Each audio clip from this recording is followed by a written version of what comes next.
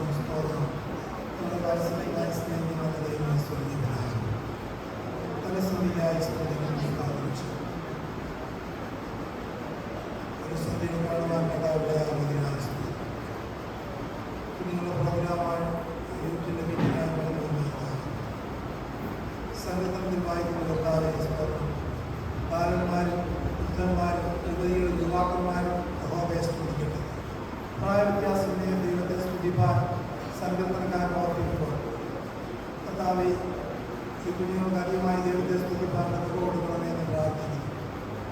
ഇപ്പോൾ അഭ്യാസം പ്രാപിക്കുന്ന ചെറിയ ചെറിയ കാര്യങ്ങൾ അവരുടെ ജീവിതത്തിൽ വലിയ മാറ്റം ഉൾക്കൊള്ളുവാനും അവരെ കരുത്തുറ്റ വിശ്വാസികളാക്കി തീർക്കുവാനും ദൈവമേ ഇടയാക്കുവാനായി പ്രാർത്ഥിക്കുന്നു. എല്ലാ പ്രോഗ്രാമുകളും ദൈവത്തിൻ്റെ ഏൽപ്പിക്കുന്നു. അവർ ചെയ്യുവാനുള്ള പ്രാപ്തിയും വിലവും അവർക്ക് കൊടുത്താണ്. ആ ദിവസം ദൈവമയാണ് യേശു ക്രിസ്തുവിന്റെ നാമം. നമ്മുടെ പ്രാർത്ഥന അറ്റൻഡൻസ് നോട്ട് ചെയ്തു. അടുത്തത് മെസ്സേജാണ്. ജോൺ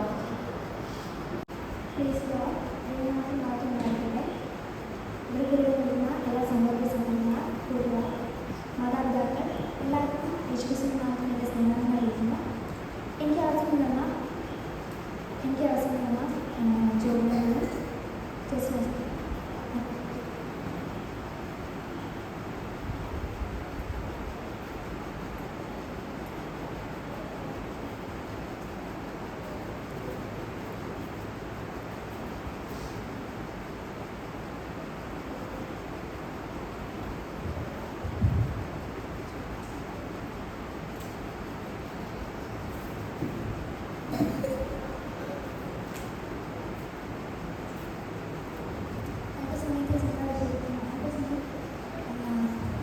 ദൈവചനത്തിലേക്ക് കടക്കാം. നമുക്കൊരു വാക്യം വായിക്കാം. സങ്കീർത്തനം 133:1. സങ്കീർത്തനം 133:1.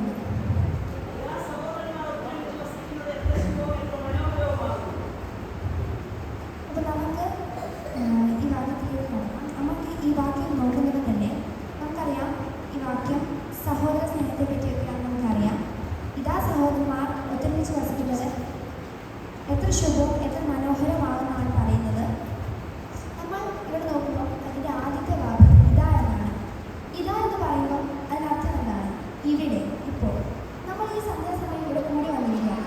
അപ്പോൾ നമ്മുടെ ഇടയിൽ ഈ സഹോദര സ്നേഹം അല്ലെങ്കിൽ ഈ സംഗീതകാരൻ പറഞ്ഞ പ്രകാരം ആ ശുഭത, ആ മനോഹരം നമ്മുടെ ഇടയിൽ ഉണ്ടോ എന്നാണ് നമ്മൾ ചിന്തിക്കേണ്ടത്. നമ്മൾക്ക് ബൈബിളിൽ നോക്കുകയാണെങ്കിൽ ബൈബിളിൽ ആദ്യം തൊട്ട് നമുക്ക് ബൈബിളിൽ പല സഹോദരന്മാരെയൊക്കെ കാണാൻ സാധിക്കുന്നുണ്ട്. നമുക്ക് ചില സഹോദരന്മാരെ നോക്കാം. നമുക്ക് ബൈബിളിൽ ആദ്യം തന്നെ കാണാൻ സാധിക്കുന്നുണ്ട്. 2 സഹോദരന്മാരുണ്ട്. അവരുടെ പേരാണ് കയീനും ആബേലും. നമുക്ക് അവരെ നല്ലപോലെ അറിയാം. കയീനും ഹാബേലും യാഗം അർപ്പിച്ചപ്പോൾ യഹോവ ഹാബേലിന്റെ യാഗത്തിലാണ് കൂടുതൽ പ്രസാദിച്ചത്. അതുകൊണ്ട് തന്നെ കയീന് ഹാബേലിനോട് വിരോധം തോന്നി. അതിനുശേഷം അവനെ വയലിലേക്ക് വിളിച്ചുകൊണ്ട് പോയി അവനെ കൊല്ലുവാനിടയായിട്ടുണ്ട്. അപ്പോൾ ദൈവം കയീനോട് ചോദിക്കുന്നത് നമുക്ക് കാണാൻ സാധിക്കുന്നുണ്ട്. നിന്റെ സഹോദരൻ എവിടെയെന്ന് ചോദിക്കുമ്പോൾ ഞാൻ എൻ്റെ സഹോദരൻ്റെ കാവൽക്കാരനെന്ന് മറുപടി പറഞ്ഞായിട്ട് നമുക്ക് കാണാൻ സാധിക്കും. എന്നാൽ ഇവിടെ നമ്മൾ കാണുന്നത് തൻ്റെ സഹോദരനോട് സ്നേഹക്കുറവും പിന്നെ തൻ്റെ സഹോദരനോട് ദോഷം ചെയ്യുകയും ചെയ്യുന്നതായിട്ട് നമുക്ക് കാണാൻ സാധിക്കും. അതുകൊണ്ട് തന്നെ സഹോദര സ്നേഹം നഷ്ടപ്പെട്ടതുകൊണ്ട് തന്നെ ദൈവം കയീനെ ശപിക്കുവാനായിട്ട് ഇടയായി. അവൻ ശപിക്കപ്പെട്ടവനായി ഭൂമിയിൽ നടക്കേണ്ടി വന്നു. നമുക്ക് ഈ വ്യക്തി നോക്കുകയാണെങ്കിൽ സഹോദര സ്നേഹം ഇല്ലാത്തതുകൊണ്ട് തന്നെ എന്താണ് സംഭവിച്ചതെന്ന് നമുക്ക് കാണാൻ സാധിക്കും. അവൻ ശപിക്കപ്പെട്ടവനായി തീർന്നു നമുക്ക് കാണാം. നമ്മൾ വീണ്ടും മുൻപോട്ട് വരുമ്പോൾ നമുക്ക് 2 സഹോദരന്മാരെ കൂടി നോക്കാം. അവരാണ് ഏശാവും യാക്കോബും. ഇവരെയും നമുക്ക് വളരെ നന്നായിട്ട് അറിയാം. ഇവർ യാക്കോബ് ഏശാവിൻ്റെ ജ്യേഷ്ഠാവകാശവും അനുഗ്രഹവും നേടിയിട്ട് ഏശാവിനെ പേടിച്ചിട്ട് ലാബാന്റെ വീട്ടിലേക്ക് കടന്നു പോകുന്നതൊക്കെ നമുക്ക് കാണാം. സഹോദരനെ പേടിച്ചിട്ട് അവിടെ പോയി പല വർഷങ്ങൾ താമസിക്കുകയും ഒക്കെ ചെയ്യുന്നതാണ്. എന്നാൽ ആ സമയത്ത് യാക്കോബിന്റെ ജീവിതത്തിൽ ഒരു പൂർണ്ണമായ സമാധാനമില്ലായിരുന്നു. അത് കഴിഞ്ഞ ശേഷം പല വർഷങ്ങൾ, അതായത് 20ഓളം വർഷം ശേഷം ദൈവം അവരോട് മടങ്ങിപ്പോകാൻ പറഞ്ഞു. അപ്പോൾ യാക്കോബ് പോകുമ്പോൾ അവനൊരു വിവരം കിട്ടി. ഏശാവ് തന്നെ സ്വീകരിക്കാനായി 20ഓളം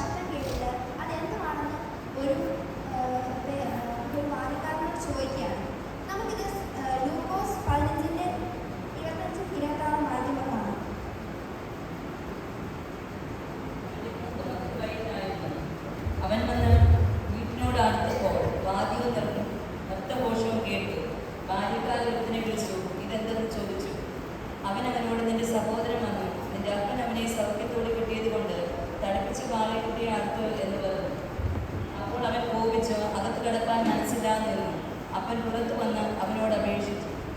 ഇവിടെ നമുക്ക് കാണാൻ സാധിക്കുന്നത് തന്റെ സഹോദരൻ താൻ അറിഞ്ഞു തന്റെ സഹോദരൻ വന്നിട്ടാണ് ഈ വിരുന്നൊക്കെ ഒരുക്കിയത്. എന്നാൽ തന്റെ സഹോദരൻ തിരിച്ചു വന്നിട്ട് സന്തോഷിക്കുന്നതിന് പകരം തനിക്ക് താനാണെങ്കിൽ അവിടെ ദേഷ്യപ്പെട്ട് നിൽക്കുകയാണ് ചെയ്തത്. അതിന്റെ കാരണം എന്താണെന്ന് നമുക്ക് അറിയാം. താഴോട്ട് വായിക്കുമ്പോൾ അറിയാം.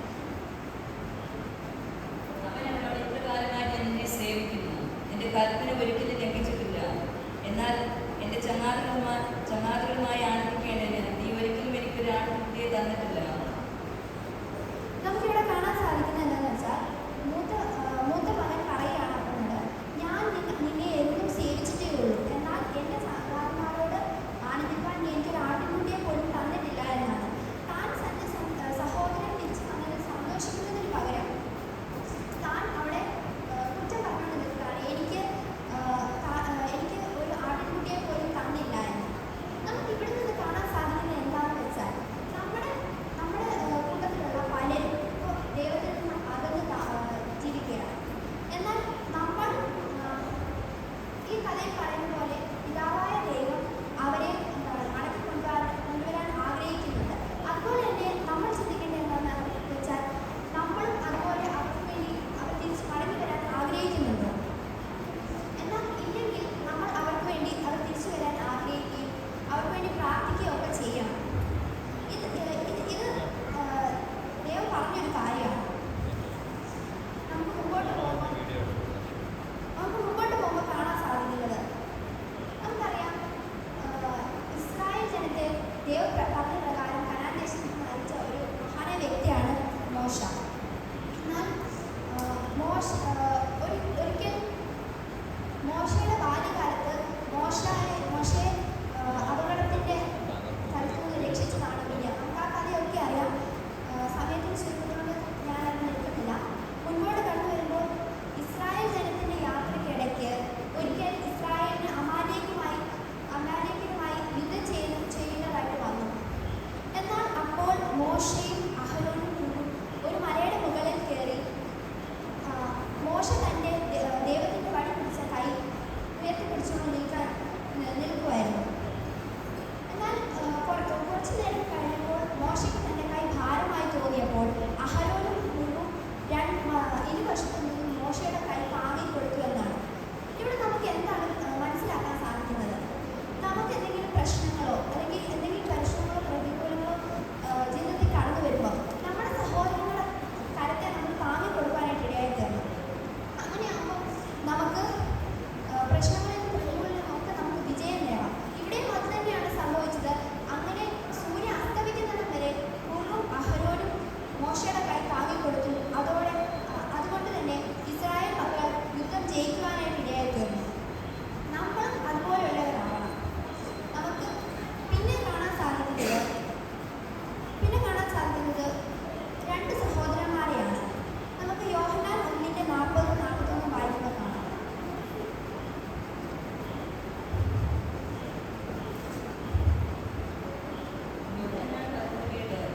അവനെ അനുഭവിച്ച രണ്ടുപേരും എടുത്തരുന്നു. ശീമോൻ പത്രോസിന്റെ സഹോദരനായ അന്ത്രയോസ് ആയിരുന്നു. അവൻ തന്റെ സഹോദരനായ ശീമോനെ ആദ്യം കണ്ടവനോട്, ഞങ്ങൾ മശിഹയെ എന്ന് വെച്ചാൽ ക്രിസ്തുവിനെ കണ്ടെത്തിയിരിക്കുന്നു എന്ന് പറഞ്ഞു. നമുക്കിവിടെ കാണാൻ സാധിക്കുന്നത് യോഹന്നാൻ സ്നാപകൻ യേശുവിനെ പറ്റി പറഞ്ഞതൊക്കെ നമുക്കറിയാവുന്ന കാര്യമാണ്. അത് കേട്ടിട്ട് രണ്ട് പേര്, ഒരാൾ പത്രോസിന്റെ സഹോദരനായ അന്ത്രയോസ് ആയിരുന്നു. അപ്പോൾ അന്ത്രയോസ് ആദ്യം കേട്ടിട്ട് തന്റെ സഹോദരനോട് പോയി പറയുകയാണ്, ഞങ്ങൾ മിശിഹ എന്ന് വെച്ചാൽ ക്രിസ്തുവിനെ കണ്ടെത്തിയിരിക്കുന്നു എന്ന് പറയുകയാണ്. എന്നിട്ട് അവനെ യേശുവിന്റെ അടുക്കൽ കൊണ്ടുവരികയും ചെയ്തു. നമുക്ക് ഇവിടുന്ന് കാണാൻ സാധിക്കുന്ന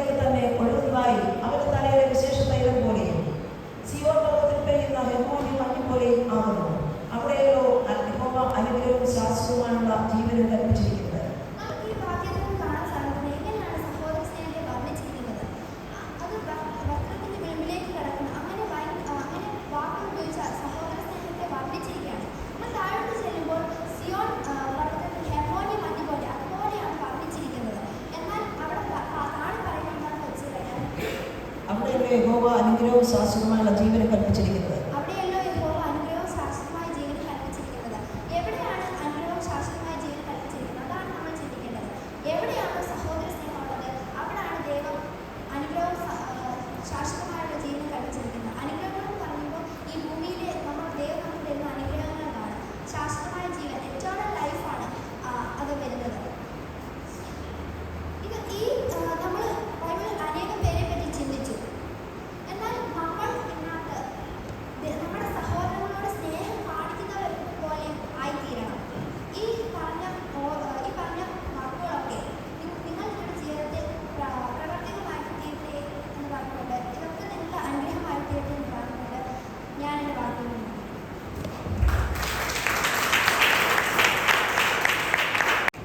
നല്ലൊരു പ്രസംഗം പറയാൻ ജോഹാന ദൈവം പഠിപ്പിക്കുന്നു. നല്ലൊരു ടോപ്പിക്കായിരുന്നു സഹോദര സ്നേഹത്തെ പറ്റിയൊക്കെ. എല്ലാവരും പരസ്പരം അങ്ങോട്ടും ഇങ്ങോട്ടും സഹോദര സ്നേഹമുള്ളവരായിട്ട് മുന്നോട്ട് പോകാനിടയാകട്ടെ. ഇനിയും ഇതുപോലെ പല വേദികളിൽ ജോഹാനയ്ക്ക് പ്രസംഗിക്കാൻ ദൈവം നിലനിൽക്കട്ടെ. നല്ലൊരു പ്രസംഗമായിരുന്നു. അതിന് നന്ദി അറിയുന്നു. അടുത്തതൊരു പാട്ടാണ്. Josh Bless the Lord, oh my soul, oh my sin. I worship your holy name.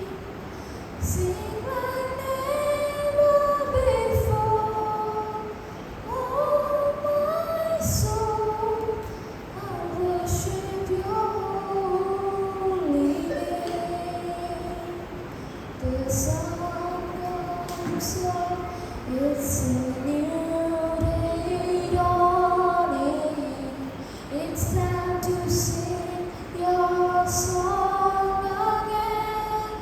Whatever may come and whatever lies before me, let me be singing when the evening comes. Bless the Lord, oh my soul, oh my soul. Worship His holy name. Sing like never before, oh my soul. I worship your holy name.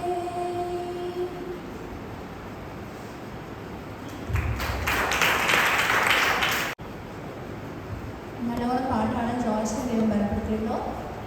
തുടർന്ന് പാട്ടുകൾ പാടാനിടയാകട്ടെ. അടുത്തതൊരു പ്രസംഗമാണ്.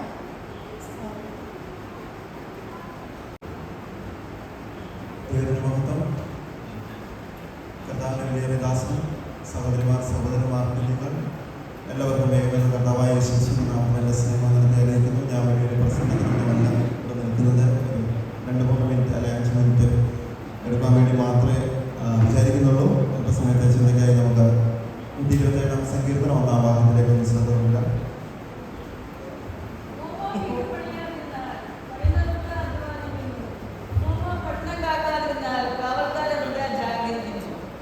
നമ്മളേറെ കേട്ടിട്ടുള്ളതും വളരെ അനുഗ്രഹിക്കപ്പെട്ടതുമായിട്ടുള്ള ഒരു വാക്യമാണിത്. ഇതിൽ നിന്ന് ഇത് കേൾക്കാതിരിക്കുകയോ ഇതിൽ നിന്ന് പ്രസംഗം കേൾക്കാതിരിക്കുകയോ ചെയ്തിട്ടുള്ള ആരെങ്കിലും ഇവിടെ ഉണ്ടെന്ന് ഞാൻ കരുതുന്നില്ല. എല്ലാവർക്കും വളരെ സുപരിചിതമായിട്ടുള്ള ശലോമോന്റെ വാക്കുകളാണിത്. യഹോവ വീട് പണിയാതെ ഇരുന്നാൽ പണിയുന്നവർ വൃഥ അധ്വാനിക്കുന്നു. യഹോവ പട്ടണം കാക്കാതെ ഇരുന്നാൽ കാവൽക്കാർ വൃഥ ശാകരിക്കുന്നു. ഇതിൻ്റെ ഒറ്റ വാക്കിൽ പറഞ്ഞു കഴിഞ്ഞാൽ യഹോവയായ ദൈവത്തെ കൂടാതെ നാം ചെയ്യുന്ന എല്ലാ കാര്യങ്ങളും നിഷ്ക്രിയമാണ്, നിഷ്ഫലമാണ് എന്നാണ് ഈ ഒരു വാക്യത്തിൻ്റെ ചുരുക്കമെന്ന് പറയുന്നത്. അപ്പം യഹോവയായ ദൈവം നമുക്ക് വേണ്ടി പ്രവർത്തിക്കുന്നവനാണ്. യഹോവയായ ദൈവം നമുക്ക് വേണ്ടി അല്ലെങ്കിൽ നമ്മളെ കാവൽ ചെയ്യുന്നവനാണ്, നമ്മെ സംരക്ഷിക്കുന്നവനാണ് എന്ന് നമുക്കറിയാം. പക്ഷേ ആർക്കു വേണ്ടിയാണ് ദൈവം പ്രവർത്തിക്കുന്നത്? അല്ലെ ആരെയാണ് ദൈവം സംരക്ഷിക്കുന്നത്? ദൈവം സംരക്ഷിക്കാതിരിക്കുന്ന ആ ഒരു കാര്യത്തെ പറ്റിയാണ് നാം ഇവിടെ കാണുന്നത്. അങ്ങനെയാണെങ്കിൽ യഹോവയായ ദൈവം നിശ്ചയമായും പ്രവർത്തിക്കുന്നവനും സംരക്ഷിക്കുന്നവനുമാണ് എന്ന് നമുക്കറിയാം. അങ്ങനെയാണെങ്കിൽ ആർക്കു വേണ്ടിയാണ് ദൈവം പ്രവർത്തിക്കുന്നത്? ആരെയാണ് ദൈവം സംരക്ഷിക്കുന്നത് എന്ന് നമുക്ക് നോക്കാം. 1-ാം സങ്കീർത്തനം വായിക്കുമ്പോൾ തന്നെ നമുക്ക് അതിനുള്ള ഉത്തരം ലഭിക്കുന്നതാണ്. അതിൻ്റെ 1 മുതലുള്ള 3 വരെയുള്ള വാക്യം നോക്കി.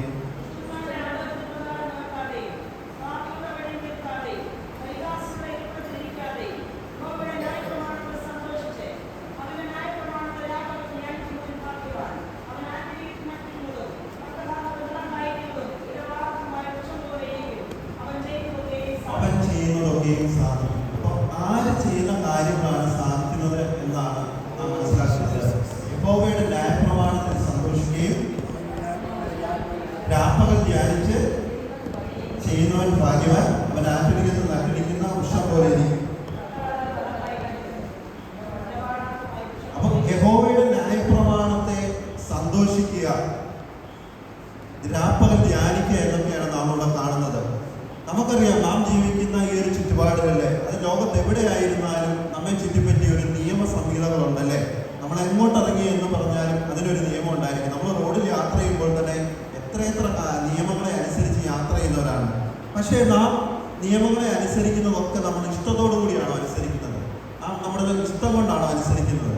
അല്ല, നാം അവയൊക്കെ ലംഘിച്ചാലുണ്ടാകുന്ന പ്രശ്നങ്ങളെ ഓർത്തിട്ട് ഭയപ്പാടോടുകൂടിയാണ് നാം ഇവയൊക്കെ നമ്മൾ അനുസരിക്കുന്നത്. എന്നാൽ തിരുവചനം നമ്മളോട് പറയുന്നത് അതിനെ ഇഷ്ടപ്പെടണം, അല്ലേ? എങ്ങനെയാണ് പറയുന്നത്? ആ വാക്യം ഒന്ന് വായിച്ച്. യഹോവയുടെ ന്യായപ്രമാണത്തിൽ സന്തോഷിക്കണം. അപ്പം ന്യായപ്രമാണം നമുക്ക് നൽകിയിരിക്കുന്ന ഈ ഒരു നിയമത്തിൽ നമ്മൾ സന്തോഷമുള്ളവരായിരിക്കണം.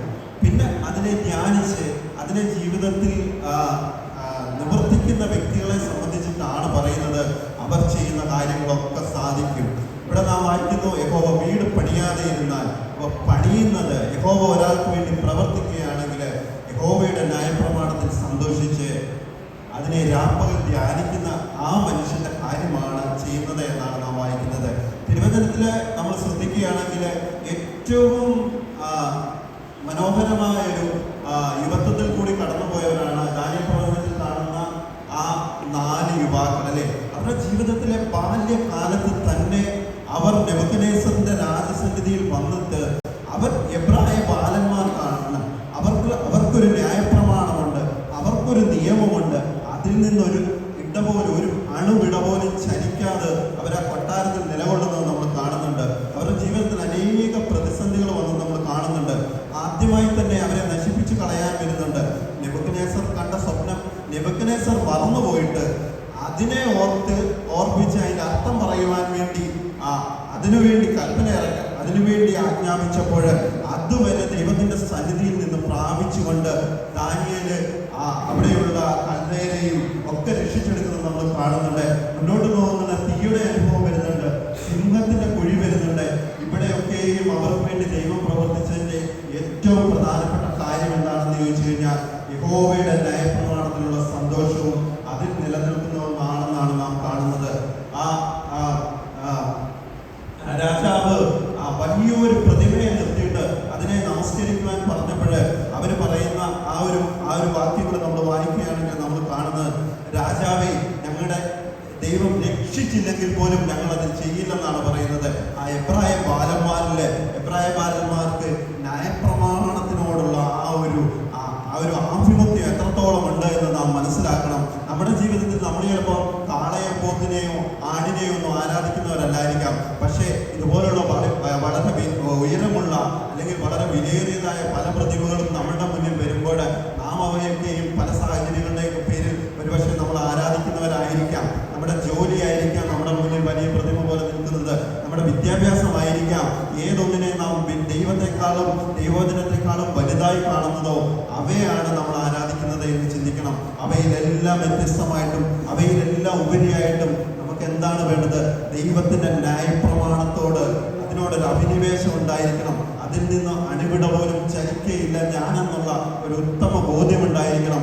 അങ്ങനെയുള്ളവർക്ക് വേണ്ടിയാണ് ഇവിടെ ശലോമോൻ പറയുന്നത്, യഹോവ വീട് പണിയാതെ ഇരുന്നാൽ പണിയുന്നവരെല്ലാം അധ്വാനിക്കുകയാണ്. യഹോവ എനിക്ക് വേണ്ടി പണിയും, എൻ്റെ പ്രവൃത്തിയോട് ദൈവം കൂടെ നിൽക്കും എന്ന് നാം പറയണമെങ്കിൽ യഹോവയുടെ ന്യായപ്രമാണത്തിൽ സന്തോഷിക്കുകയും അതിനെ രാപ്പകൽ ധ്യാനിക്കുകയും അതിനുവേണ്ടി അതിൽ നിലനിൽക്കുകയും ചെയ്യുന്ന വ്യക്തികളായിരിക്കണമെന്നാണ് നാം കാണുന്നത്.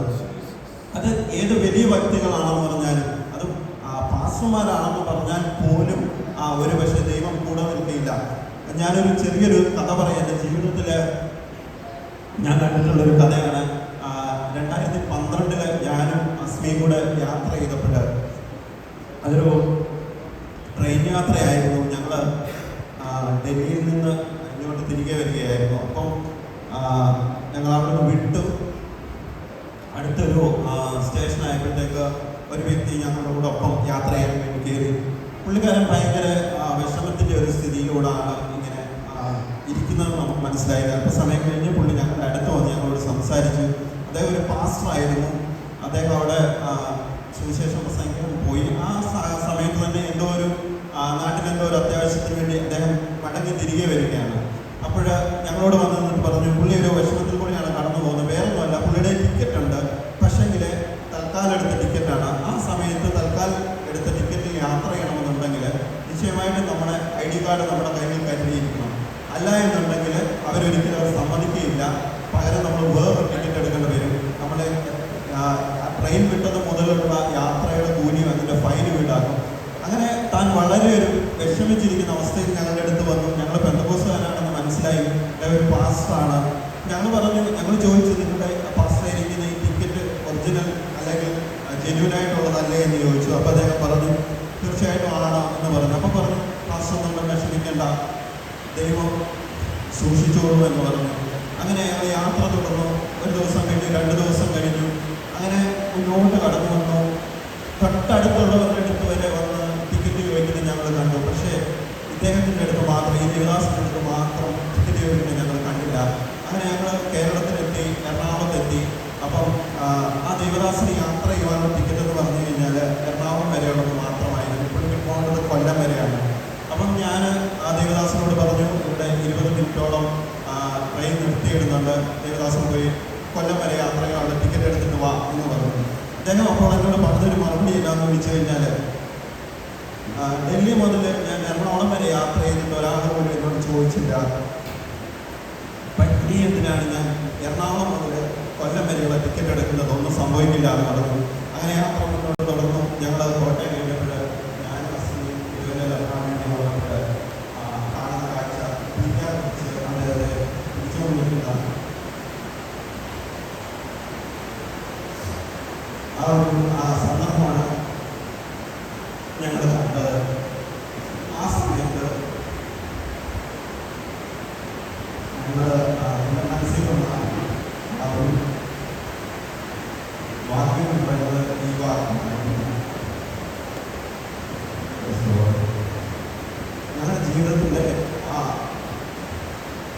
തുടക്കകാലത്ത് ദൈവം ഒരു ആത്മീയ ദൂതാണ്. യഹോവ വീട് പണിയാതിരുന്നാൽ പണിയുന്നവർ പ്രധാനമാനും പണിമുട്ടാക്കാതിരുന്നാൽ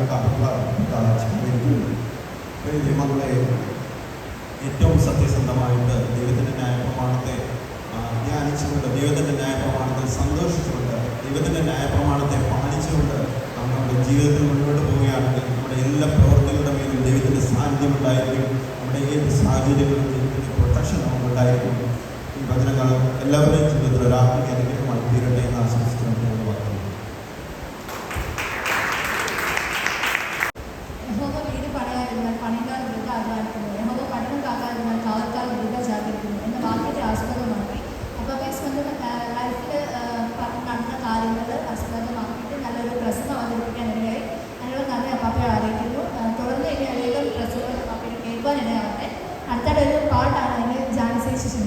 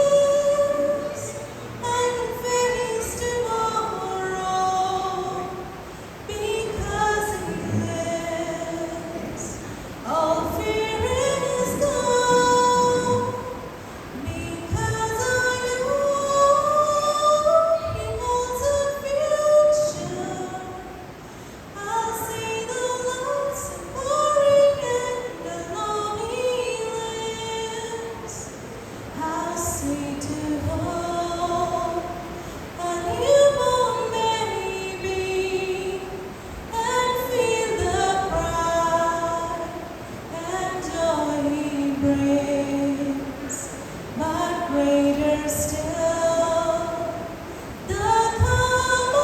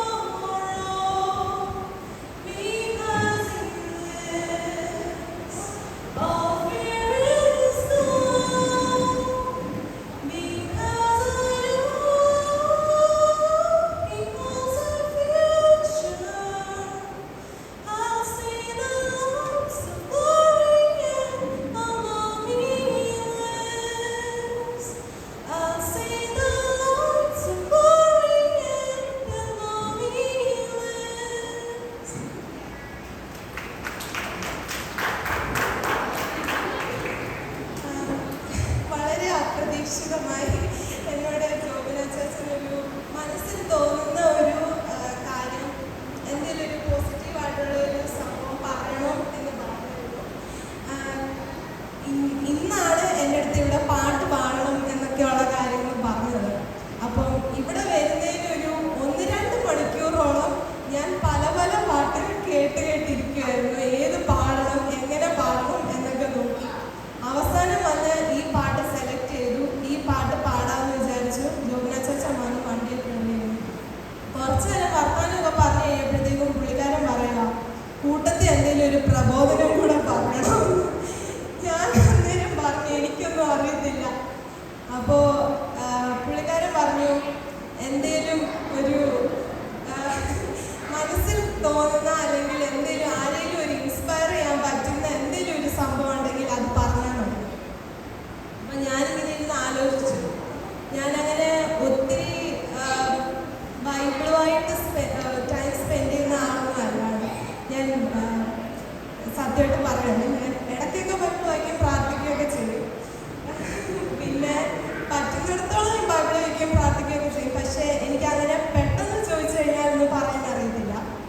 അപ്പോൾ ഇങ്ങനെ പറഞ്ഞപ്പോൾ എൻ്റെ മനസ്സിൽ വന്ന ഒരു കാര്യം ഞാൻ പറയാൻ പോവാണ്. ഈ കഴിഞ്ഞ കുറച്ച് മാസങ്ങൾക്ക് മുന്നേ ഞാനൊരു ബുക്ക് വായിച്ചു. അതാണ് ആൽക്കമിസ്റ്റ് എന്നാണ് ആ ബുക്കിൻ്റെ പേര്. അപ്പോൾ എനിക്ക് ആ ബുക്കിലെ ഒരു വാചകം എല്ലാവർക്കും അറിയായിരിക്കും. നമ്മൾ എന്താഗ്രഹിച്ചാലും ഈ ലോകം മുഴുവൻ നമ്മളോട് കൂടെ നിൽക്കും, ആ ഒരു ആഗ്രഹം സാധിക്കും. പക്ഷെ എനിക്ക് ആ ബുക്ക് വായിച്ചപ്പോൾ കിട്ടിയത് വേറെ ഒരു ആശയമാണ്. അപ്പോൾ ആ ഒരു സൈഡ് പറയാൻ ഞാൻ ആഗ്രഹിക്കുന്നു. അപ്പോൾ ആ ബുക്കിലെ കഥ ഞാൻ ചെറുതായിട്ടൊന്ന് വിവരിക്കാൻ ആഗ്രഹിക്കുന്നു. ആ ബുക്കിലെ ഒരു ഹീറോ ആയിട്ടുള്ള ഒരു ബോയാണ്. ആ ചെറുക്കന് ലോകം ചുറ്റി കാണണം എന്നാണ് അവൻ്റെ ആഗ്രഹം. അപ്പോൾ അവൻ്റെ അപ്പം പറയും, ലോകം ചുറ്റി കാണണമെങ്കിൽ നീ ഒരു ആട്ടിടയനാവുന്നതായിരിക്കും നല്ലത്. അങ്ങനെയാണ് അവനൊരു ആട്ടിടയനായി തീരുന്നത്. അപ്പോൾ ഇവൻ ആട്ടിടയനായി കഴിയുമ്പോഴത്തേക്കും ഇവൻ പല പല സ്ഥലങ്ങളിൽ ഇവൻ പോകും. പക്ഷെ ഇവൻ എപ്പോഴും ഒരു സ്വപ്നം കാണും. ആ സ്വപ്നത്തിൽ ഇവൻ കാണുന്നത് ഈജിപ്തിലെ പിരമിഡുകളും അവിടെ നിന്ന് ഇവന് ഒരു നിധി കണ്ടെത്തുന്നതുമാണ് ഇവൻ കാണുന്നത്. അപ്പോൾ ഈ സ്വപ്നം ഇവനെ വല്ലാതെ അലട്ടുകയാണ്. ഇവൻ പല ആൾക്കാരോട് ചോദിക്കുന്നു. അപ്പോൾ ആൾക്കാർ പറയുന്നു, ഈജിപ്റ്റ് ഒത്തിരി ദൂരമാണ്, നീ എങ്ങനെ പോകും, അവിടുത്തെ ആൾക്കാരുമായിട്ട് എങ്ങനെ സംസാരിക്കും, അങ്ങനെ പല കാര്യങ്ങൾ. പിന്നെ ഇവൻ പക്ഷേ ഇവൻ അവിടെ പോകണമെന്ന് ഇവന് അതിയായ ആഗ്രഹം ഉണ്ടാവുകയും ഇവൻ അതിനുവേണ്ടി ഇറങ്ങിത്തിരിക്കുകയും ചെയ്യും. അങ്ങനെ ഇവൻ പിന്നെ ഈജിപ്തിലോട്ട് പോകാൻ ശ്രമിക്കുകയാണ്. ഈജിപ്തിലോട്ട് പോകാൻ വേണ്ടി ഇവൻ പല കാര്യങ്ങൾ തരണം ചെയ്യേണ്ടി വരും. ഇവൻ്റെ കയ്യിലുള്ള പൈസ, ഇവർ ആടുകളെ വിൽക്കും. എന്നിട്ട് ആ പൈസ കൊണ്ടാണ് ഇവൻ പോകാൻ ശ്രമിക്കുന്നത്. പക്ഷെ അത് മോഷ്ടിക്കപ്പെടും. അങ്ങനെ പിന്നെ ഇവന് പോകാൻ പല പല ബുദ്ധിമുട്ടുകൾ നേരിടേണ്ടി വരും. പിന്നെ ഇവനൊരു കടയിലെ ജോലിക്ക് നിൽക്കും. അങ്ങനെ പല പല ജോലികൾ ചെയ്താണ് ഇവൻ പിന്നെ കുറേ കാലങ്ങൾക്ക് ശേഷമാണ് ഇവൻ ഈജിപ്തിലെത്തുന്നത്. ഈജിപ്തിൽ എത്തിക്കഴിഞ്ഞപ്പോൾ ഇവൻ അവിടെ ചെന്ന് മണ്ണൊക്കെ മാറ്റി നോക്കി. പക്ഷെ ഒന്നുമില്ല. ഇവൻ കണ്ട ആ സ്ഥലത്ത് ഒന്നുമില്ല. അപ്പോൾ ഇങ്ങനെ മണ്ണ് മാന്തിക്കൊണ്ടിരിക്കുന്ന സമയത്താണ് കുറച്ച് ആൾക്കാർ വരും. അവർ വന്നിട്ട് ഇവൻ്റെ കയ്യിലുള്ള അവസാനത്തെ കുറച്ച് സമ്പാദ്യങ്ങളും കൂടെ എടുത്തുകൊണ്ട് പോകും. അന്നേരം ഇവനോട് ചോദിക്കും, നീ എന്തിനാ ഇവിടെ വന്നത്, ഇവിടെ നീ എന്തെടുക്കുവാണ് എന്ന് ചോദിക്കും. അന്നേരം പറയും, ഞാനൊരു സ്വപ്നം കണ്ടു, ഇവിടെ എനിക്ക് നിധിയുണ്ട്, അത് അന്വേഷിച്ച് ഞാൻ വന്നെന്ന് പറയും. അപ്പോൾ ആ പുള്ളി പറയും, ഇവിടെ നിധിയൊന്നും ഇല്ല, നിനക്ക് ഒരു സ്വപ്നത്തിൻ്റെ പേരിൽ ആ ഒരു സ്വപ്നം കണ്ടതുകൊണ്ട് മാത്രം നീ ഇവിടെ വരെ വന്ന് ഇങ്ങനെ ചെയ്യാൻ നീ ഒരു മണ്ടനല്ലേ, മണ്ടത്തരമല്ലേ കാണിച്ചത് എന്ന് പറയും. എന്നിട്ട് അന്നേരം ആ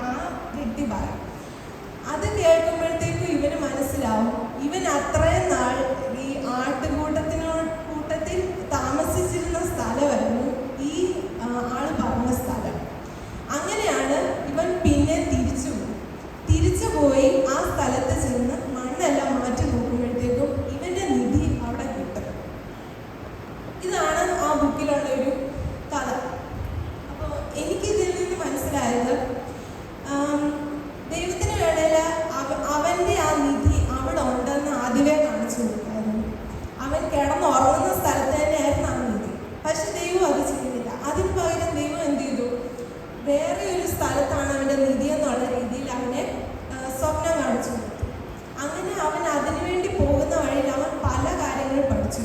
അവൻ പല ഭാഷകൾ പഠിച്ചു. അവന് പല ജോലികൾ ചെയ്യാൻ പഠിച്ചു. പല പല ആൾക്കാരെ കണ്ടു. അതിനൊപ്പം അവൻ ലോകം ചുറ്റിക്കാണുകയും ചെയ്തു. പക്ഷെ അവസാനം അവൻ ഈ നീതി അവൻ ആദ്യം നിന്നിരുന്ന സ്ഥലത്ത് നിന്ന് കിട്ടി. അപ്പോൾ ചില സമയത്ത് നമ്മുടെ ജീവിതത്തിൽ ചില കാര്യങ്ങൾക്ക് വേണ്ടി നമ്മൾ പ്രാർത്ഥിക്കുമ്പോൾ ഉടനെ ഒരു മറുപടി കിട്ടിയെന്ന് വരത്തില്ല. പക്ഷെ ഉറപ്പായും ഒരു ദിവസം നമുക്ക് അതിൻ്റെ മറുപടി നമുക്ക് കിട്ടും. അപ്പോൾ നമ്മൾ ചില കാര്യങ്ങൾ പഠിക്കാനും നമ്മൾ ചില ആൾക്കാരെ കണ്ടു പഠിക്കാനും പല പല പുതിയ കാര്യങ്ങൾ നമുക്ക് അറിവ് കിട്ടാനും ഇതിനൊക്കെ വേണ്ടിയാണ് ദൈവം നമ്മുടെ ആ മറുപടി നീട്ടിക്കൊണ്ട് പോകുന്നത്. ഇതാണ് എനിക്ക് കിട്ടിയ ഒരു ആശയം. ഇത് പറഞ്ഞാൽ ഞാൻ എൻ്റെ വാക്കുകൾ ഉപസംഹരിക്കും. നല്ലൊരു പാട്ട് പാടാനും അതിനോട് ചേർന്ന് രണ്ട് വാക്ക് സംസാരിക്കാൻ ചെയ്ത ചാൻസസിൽ നന്ദി അറിയിക്കുന്നു. തുടർന്ന് ദൈവം ധാരാളമായിട്ട് അനുഗ്രഹിക്കട്ടെ. തുടർന്നൊരു പാട്ടാണ് അതിനുവേണ്ടി ജോഹാനെ ക്ഷണിക്കുന്നത്.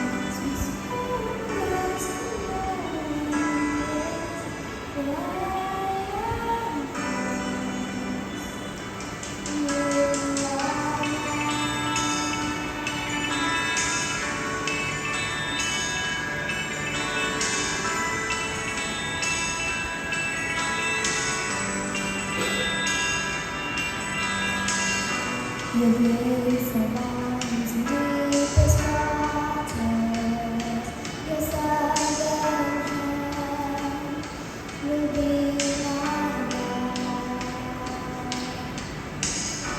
Nothing surrounds me. You never fail, and you won't stop now. So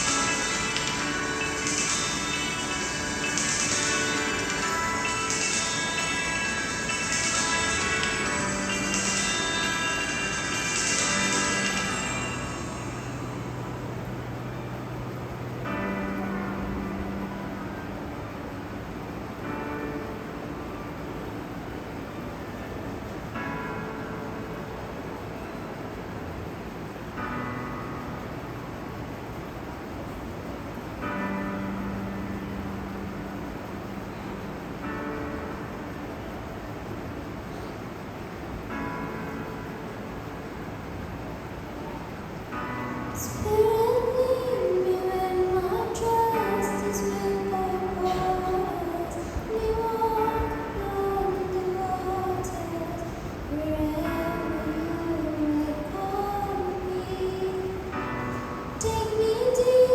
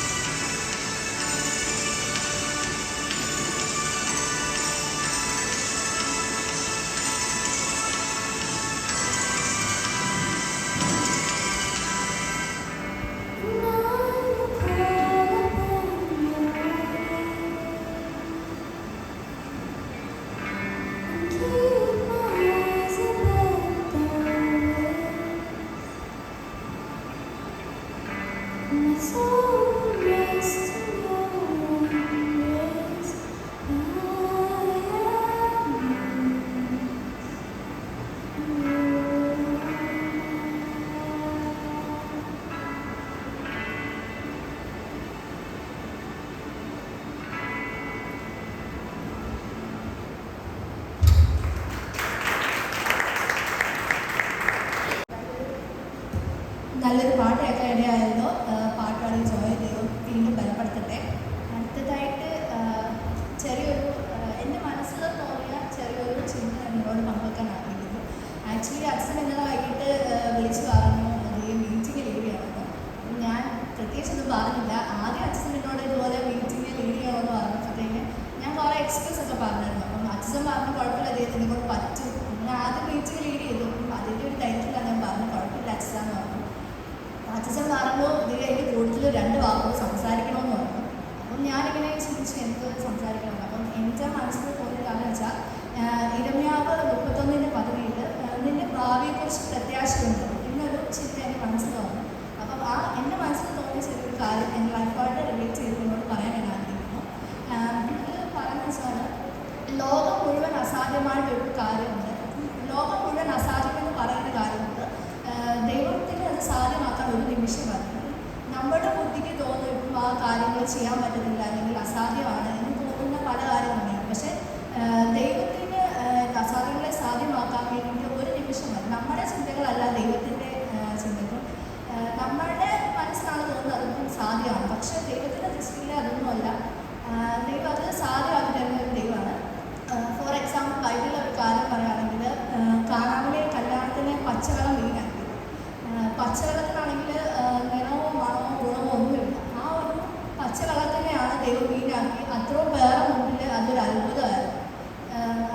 അത് ഫോർ എക്സാമ്പിൾ അതിൽ പറയുന്ന ആരെന്ന് വെച്ചാൽ ദൈവത്തിന് അസാധ്യമായിട്ടൊരു കാര്യമില്ല. അസാധ്യങ്ങളെ സാധ്യമാക്കാൻ ദൈവത്തിന് ഒരു നിമിഷം മതി. അങ്ങനെ ഇത് അതിൽ പറയുന്നു. എൻ്റെ ലൈഫായിട്ട് റിലേറ്റ് ചെയ്ത് പറയുകയാണെങ്കിൽ ഞാൻ പലപ്പോഴും അസാധ്യം എന്ന് ചിന്തിച്ച കാര്യങ്ങളുണ്ട്. എങ്ങനെ സാധിക്കും എൻ്റെ ഭാവി വെച്ചിട്ടാണെങ്കിലും എങ്ങനെ ആയിരിക്കും എന്ന് ഞാൻ ചിന്തിച്ച പല സന്ദർഭങ്ങളുണ്ട്. ഇപ്പോൾ എൻ്റെ 10th കഴിഞ്ഞിട്ട് എന്നോട് എല്ലാവർക്കും പറയായിരുന്നു 12th കഴിഞ്ഞിട്ട് എന്ത് പഠിക്കാൻ ആഗ്രഹിക്കുന്നു അതനുസരിച്ചുള്ള സ്ട്രീമിൽ 11th എടുക്കണം. അപ്പം ഞാൻ ചിന്തിച്ചിട്ടും വിഷമിച്ചിട്ടും ഒക്കെ ഉണ്ട് എന്ത് എടുക്കണം എന്ത് എടുക്കണം. അപ്പം ദൈവമാണ് എന്നോട് പറഞ്ഞത് ഇന്ന് സ്ട്രീം എടുക്കണം. അപ്പം അതിന് വേണ്ടിയിട്ട് ഞാനൊരു അതിന് വേണ്ടിയുള്ള മാർഗ്ഗം വേണമെന്ന് ദൈവത്തോട് പ്രാർത്ഥിച്ചു. അതിന് വേണ്ടിയുള്ള മാർഗ്ഗം ദൈവം തന്നു. അപ്പം ദൈവത്തിന് എൻ്റെ പ്രകാരം ഞാൻ ഇങ്ങനെ സ്ട്രീം എടുത്തു. എന്നോട് എല്ലാവരും പറഞ്ഞു ചെറുതായിരുന്നു നീ ആലോചിച്ച് കണ്ട് വേണം എടുക്കാൻ വേണ്ടിയിട്ട്. സയൻസ് ആണെങ്കിലും പഠിക്കാൻ ടഫുണ്ട്. അപ്പം അതനുസരിച്ച് നീ ആലോചിച്ച് കണ്ട് വേണം എടുക്കാൻ. ഞാൻ ആക്ച്വലി കോമേഴ്സ് എടുക്കാനിരുന്നത്. അപ്പം ദൈവത്തിൻ്റെ ഇങ്ങനെ ഒരു നിയോഗം ഉള്ളതുകൊണ്ടാണ് ഞാൻ സയൻസ് വന്നത്. അപ്പം എനിക്ക് ഞാൻ ഓർത്തിട്ടുണ്ട് ഇതെങ്ങനെ നടക്കുമെന്ന്. ഞാൻ പലപ്പോഴും ചിന്തിച്ചിട്ടുണ്ട് ഇതെങ്ങനെ ആയിരിക്കും. എല്ലാവരും പറയുന്നുണ്ടായിരുന്നു ടഫ് പഠിക്കാൻ ടഫുണ്ട്. ഇനി അത് കണ്ട് വേണം എടുക്കാമെന്ന്. ഞാൻ എടുത്ത് കാര്യം എൻ്റെ അടുത്ത് ചോദിച്ചവരുണ്ട് ഇനി ആലോചിച്ചിട്ടാണോ എടുത്തത് അതോ വീട്ടുകാർ നിർബന്ധത്തിലെടുത്താണോ ഫ്രണ്ട്സ് ഫാമിലീസൊക്കെ ചോദിച്ചവർ ഒത്തിരി പേരുണ്ട്. അപ്പം അത് കഴിഞ്ഞാൽ പ്ലസ് വൺ ഞാൻ കയറി എനിക്ക് പഠിക്കാൻ ബുദ്ധിമുട്ടുള്ള സബ്ജക്റ്റുകളൊക്കെ ഉണ്ടായിട്ടുണ്ട്. അപ്പോഴും ഞാൻ ദൈവത്തോട് പ്രാർത്ഥിച്ചു കർത്താവായി ദൈവം പറഞ്ഞിട്ട് ഞാൻ എടുത്തതാണ്. അപ്പം ദൈവം എനിക്ക് വേണ്ടി പ്രവർത്തിക്കണമെന്ന് ഞാൻ ദൈവത്തോട് പറഞ്ഞു. എനിക്ക് ബുദ്ധിമുട്ട് ഉണ്ടായിട്ടുണ്ട്. അപ്പം എനിക്ക് എക്സാംസ് ടഫായിരുന്നു, പഠിക്കാൻ ടഫ് ഉണ്ടായിരുന്നു. പക്ഷെ ഞാൻ പറഞ്ഞു കർത്താവ് ദൈവം നീയാണ് എന്നോട് പറഞ്ഞത്. എല്ലാവരും എന്നോട് പറഞ്ഞിട്ടുണ്ട് നീ എന്തിനായിട്ട് എടുത്ത് നീ എന്തിനെടുത്തും ചോദിച്ചവരുണ്ട്. പഠിക്കാൻ പാടാൻ എന്നോട് ചോദിച്ചവരുണ്ട്. അപ്പോഴും ഞാൻ പറയുന്നത് ദൈവത്തിൻ്റെ ഒരു വാർത്ത ദൈവം പറഞ്ഞു അതിന് പ്രകാരം ഞാൻ എടുത്തു. അപ്പം അതിൽ മാനിക്കാൻ ദൈവശക്തിയാണ്. പലപ്പോഴും എനിക്ക് പഠിക്കാൻ പാടുള്ളപ്പോൾ ഞാൻ വീട്ടിൽ പറയുമ്പോൾ മമ്മി വരെ ചോദിക്കാറുണ്ട് നീ എന്തിനാണ് പോയി എടുത്തത്. അപ്പോഴും ഞാൻ പറയുന്നത് ദൈവത്തിൻ്റെ ഒരു ഇത് അത് വെച്ചിട്ടാണ് ഞാൻ എടുത്തത്. അപ്പം അതിൽ മാനിക്കാൻ ദൈവശക്തനാണ് എന്ന് ഞാൻ അവരോട് പറഞ്ഞിട്ടുണ്ട്. അതിന് ഞാനിങ്ങനെ തമാശക്കാണെങ്കിലും വീട്ടിൽ പറയുമായിരുന്നു. പ്ലസ് വണ്ണിൽ ഞാനൊരു സബ്ജക്റ്റിലേക്ക് പോയി കഴിഞ്ഞാൽ ഞാനത് ബ്രേക്ക് ചെയ്തിട്ട് അടുത്ത വർഷം ഞാൻ കൊമേഴ്സ് എടുത്തത് ഞാൻ പറഞ്ഞിട്ടുണ്ട് വീട്ടിൽ. അപ്പോഴേക്കും അമ്മയ്ക്ക് വിഷമമായിട്ടുണ്ട്. എനിക്ക് പഠിക്കാൻ എനിക്ക് ബുദ്ധിമുട്ടുണ്ടായിരുന്നു. അപ്പോഴും ഞാനൊരു കാര്യം ദൈവം പറഞ്ഞാണ് ദൈവത്തിൻ്റെ എന്തെങ്കിലും പ്രവർത്തിയാണ് ദൈവം പറഞ്ഞാണ് അതിന് പ്രകാരമാണ് ഞാനിത് ചെയ്തത്. അപ്പം ദൈവത്തിൽ ഇതാക്കും എനിക്കൊരിതുണ്ട്. ദൈവം വാങ്ങിച്ചു എക്സാമും ടഫായിരുന്നു. ഞാൻ പ്രതീക്ഷിച്ചില്ല എനിക്ക് എല്ലാ സബ്ജക്റ്റും കിട്ടുന്നു. എല്ലാം കിട്ടി എല്ലാം നല്ല രീതിയിൽ പോയി. അപ്പം അസാധ്യങ്ങളെ സാധ്യമാക്കി തരുന്ന ഒരു ദൈവം. മനുഷ്യരുടെ ദൃഷ്ടിയിൽ ഇപ്പം നമുക്ക് പലതും അസാധ്യം. നമ്മുടെ ഇത് ബുദ്ധിയിലാണ് പറയുന്നത് സാധ്യം. പക്ഷെ പക്ഷെ നമ്മുടെ എന്തെങ്കിലും പറയുന്നത് ദൈവത്തോട് നമ്മൾ നമ്മുടെ കാര്യങ്ങൾ പറയാം. ദൈവത്തിന് നമ്മളെ പറ്റി ഒരു ആലോചന ഉണ്ടായിരിക്കണം. അതിൻ്റെ പ്രകാരം ദൈവം നമ്മൾ നടത്തും. അപ്പം നമ്മൾ അസാധ്യത പറയുന്ന പല കാര്യങ്ങളും നമ്മൾ ദൈവത്തോട് പറയണം, ദൈവത്തോട് ചോദിക്കണം. ദൈവം അസാധ്യങ്ങളെ സാധ്യമാക്കുന്ന ഒരു ദൈവമാണ്. ഞാൻ നമ്മളോട് പറയാറുണ്ട്, മമ്മി ഞാൻ ദൈവം പറഞ്ഞു ദൈവത്തിൻ്റെ എഴുത്തണം, അത് ദൈവത്തിൻ്റെ ഒരു പ്രവൃത്തി ഉണ്ടാവും. അതുകൊണ്ട് ഞാൻ എഴുതാം. പക്ഷേ എനിക്കറിയത്തില്ല ഇത് കോഴ്സ് കംപ്ലീറ്റ് ചെയ്യാൻ പറ്റുമെന്ന് എനിക്കറിയില്ല. പക്ഷെ എന്താണ് ദൈവം പറഞ്ഞായിരിക്കും. അപ്പം ഇതിൽ എനിക്കൊരു പീസ് വരാതെ ദൈവം കാത്തോളുമെന്ന് ഞാൻ അവരോട് പറയാറുണ്ട്. അപ്പം എനിക്ക് വിശ്വാസമുണ്ട് ദൈവം എനിക്ക് വേണ്ടിയിട്ട് അത്ഭുതം പ്രവർത്തിക്കുന്നില്ല. അപ്പം വേറൊരു എക്സാമ്പിൾ നോക്കുകയാണെങ്കിൽ യോനയോട് ദൈവം നിലവിലും പോകാൻ പറഞ്ഞതാണ്. പക്ഷേ യോന കപ്പൽ കയറി ദാസസിലേക്ക്. പക്ഷെ അവരൊരു പ്രതിസന്ധി നേരിട്ടു. അപ്പം എനിക്ക് പറയാനുള്ളതെന്ന് വെച്ചാൽ ദൈവം എന്താണോ നമ്മളെ പറ്റി അറിയുന്നത്, ദൈവം എന്താണോ നമ്മളെ പറ്റി വിചാരിക്കുന്നത്, അതിൽ പ്രകാരം നമ്മൾ മുന്നോട്ട് പോകണമെങ്കിൽ നമ്മുടെ ലൈഫിൽ പ്രശ്നം വന്നുണ്ടാകും. ദൈവം എന്നെ പറ്റി ഇത് ആഗ്രഹിക്കും, പക്ഷെ എൻ്റെ ഇഷ്ടം അതല്ല, ഞാൻ വേറെ ഇഷ്ടമാണ്. എൻ്റെ ഇഷ്ടത്തിനനുസരിച്ച് ഞാൻ കൊടുക്കുന്നത്. ആദ്യമൊക്കെ നമുക്ക് ചിലപ്പോൾ ഉൾക്കൊള്ളാൻ ബുദ്ധിമുട്ടായിരിക്കും. ദൈവത്തിന് നമ്മുടെ താല്പര്യങ്ങളല്ലായിരിക്കും ദൈവത്തിന് താല്പര്യം. നമുക്ക് കുറച്ച് ബുദ്ധിമുട്ടുണ്ടായിരിക്കും ദൈവത്തിൻ്റെ താല്പര്യങ്ങൾക്കനുസരിച്ച് നീങ്ങാൻ വേണ്ടി. പക്ഷെ ദൈവത്തിൻ്റെ താല്പര്യങ്ങൾക്കനുസരിച്ച് നീങ്ങിക്കഴിഞ്ഞാൽ നമ്മുടെ ഭാവി ദൈവത്തിൻ്റെ കയ്യിലാണ്. ദൈവം പിന്നെ നോക്കിക്കോളും. അപ്പം യോനയോട് ദൈവം നിലവിൽ പോകാൻ പറഞ്ഞു, യോന ദർശനത്തിലേക്ക് വരും. അതിൻ്റെ പരിണിതഫലം യോന അനുഭവിക്കേണ്ടി വരും. അതുപോലെ തന്നെ ദൈവം നമ്മളെ പറ്റി എന്താണോ പറയുന്നത് അതിൽ പ്രകാരം മുന്നോട്ട് പോവുകയാണെങ്കിൽ നമുക്ക് ബുദ്ധിമുട്ടുകളൊന്നും വരത്തില്ല. അത്ഭുതങ്ങളെ സാധ്യമാക്കുന്ന ദൈവമാണ് നമ്മുടെ ദൈവം. നമ്മുടെ പ്രയാസങ്ങളും പ്രതിസന്ധികളും ബുദ്ധിമുട്ടുകളും നമ്മുടെ ഭാവിയെ പറ്റി ദൈവത്തോട് പറയാം. ദൈവം എന്താണോ അതിൽ പ്രകാരം ഞാൻ എന്തായിത്തീർന്നോന്നാണ് ദൈവത്തിൻ്റെ ആഗ്രഹം. അതിൽ പ്രകാരം എന്നെ ആഗ്രഹമെന്ന് നമ്മൾ പറയുക. ഒരിക്കലും മറ്റുള്ളവരത് പറഞ്ഞ് കേട്ട് നമ്മൾ ഇതാവാതെ നമ്മൾ ദൈവത്തോട് ആലോചന ചോദിക്കുക. നമുക്ക് ദൈവത്തിനെ പറ്റി എന്താണ് എന്നുള്ളത് ദൈവത്തോട് ആലോചന ചോദിച്ച് ചിലപ്പോൾ ലോകം മുഴുവൻ ആ കാര്യം അസാധ്യമായിരിക്കും. പക്ഷെ ദൈവം നമുക്ക് സാധിക്കും. നമ്മളെ സഞ്ചരിക്കുന്ന കാര്യങ്ങൾക്ക് ദൈവത്തിന് സാധ്യമായിരിക്കും. ഞാൻ പറയുന്നു തോന്നി എൻ്റെ ടോപ്പിക്കും എൻ്റെ ലൈഫായിട്ട് ഞാൻ കളക്ട് ചെയ്ത് പറയാനാണ്.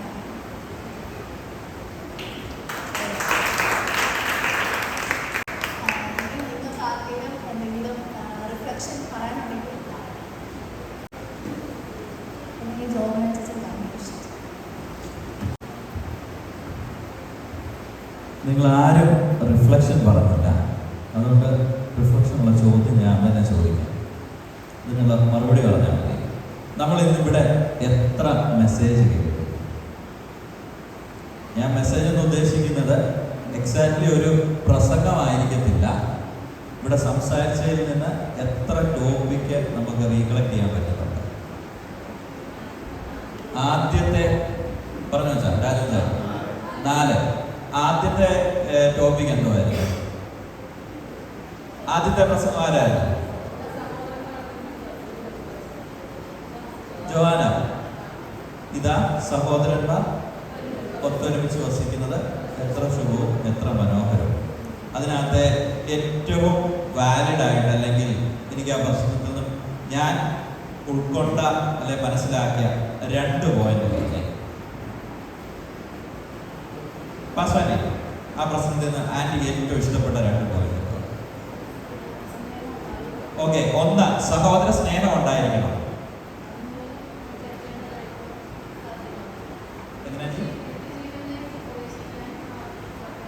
ഓക്കെ, എന്ന് പറഞ്ഞാൽ സഹോദര സ്നേഹം ഉണ്ടാകണം. സഹോദര സ്നേഹം നമ്മുടെ നിത്യത ഉറപ്പാക്കുന്ന ഒരവസ്ഥയിലേക്ക് ലീഡ് ചെയ്യുന്നതായിരിക്കും. വേറെ ആർക്കെങ്കിലും പോയിന്റ് ജാനിസ് എന്തെങ്കിലും തോന്നിയോ? ഇല്ല. സഹോദരന്മാർ സാന്ത്വനം രാജുജാൻ ജസ്റ്റ്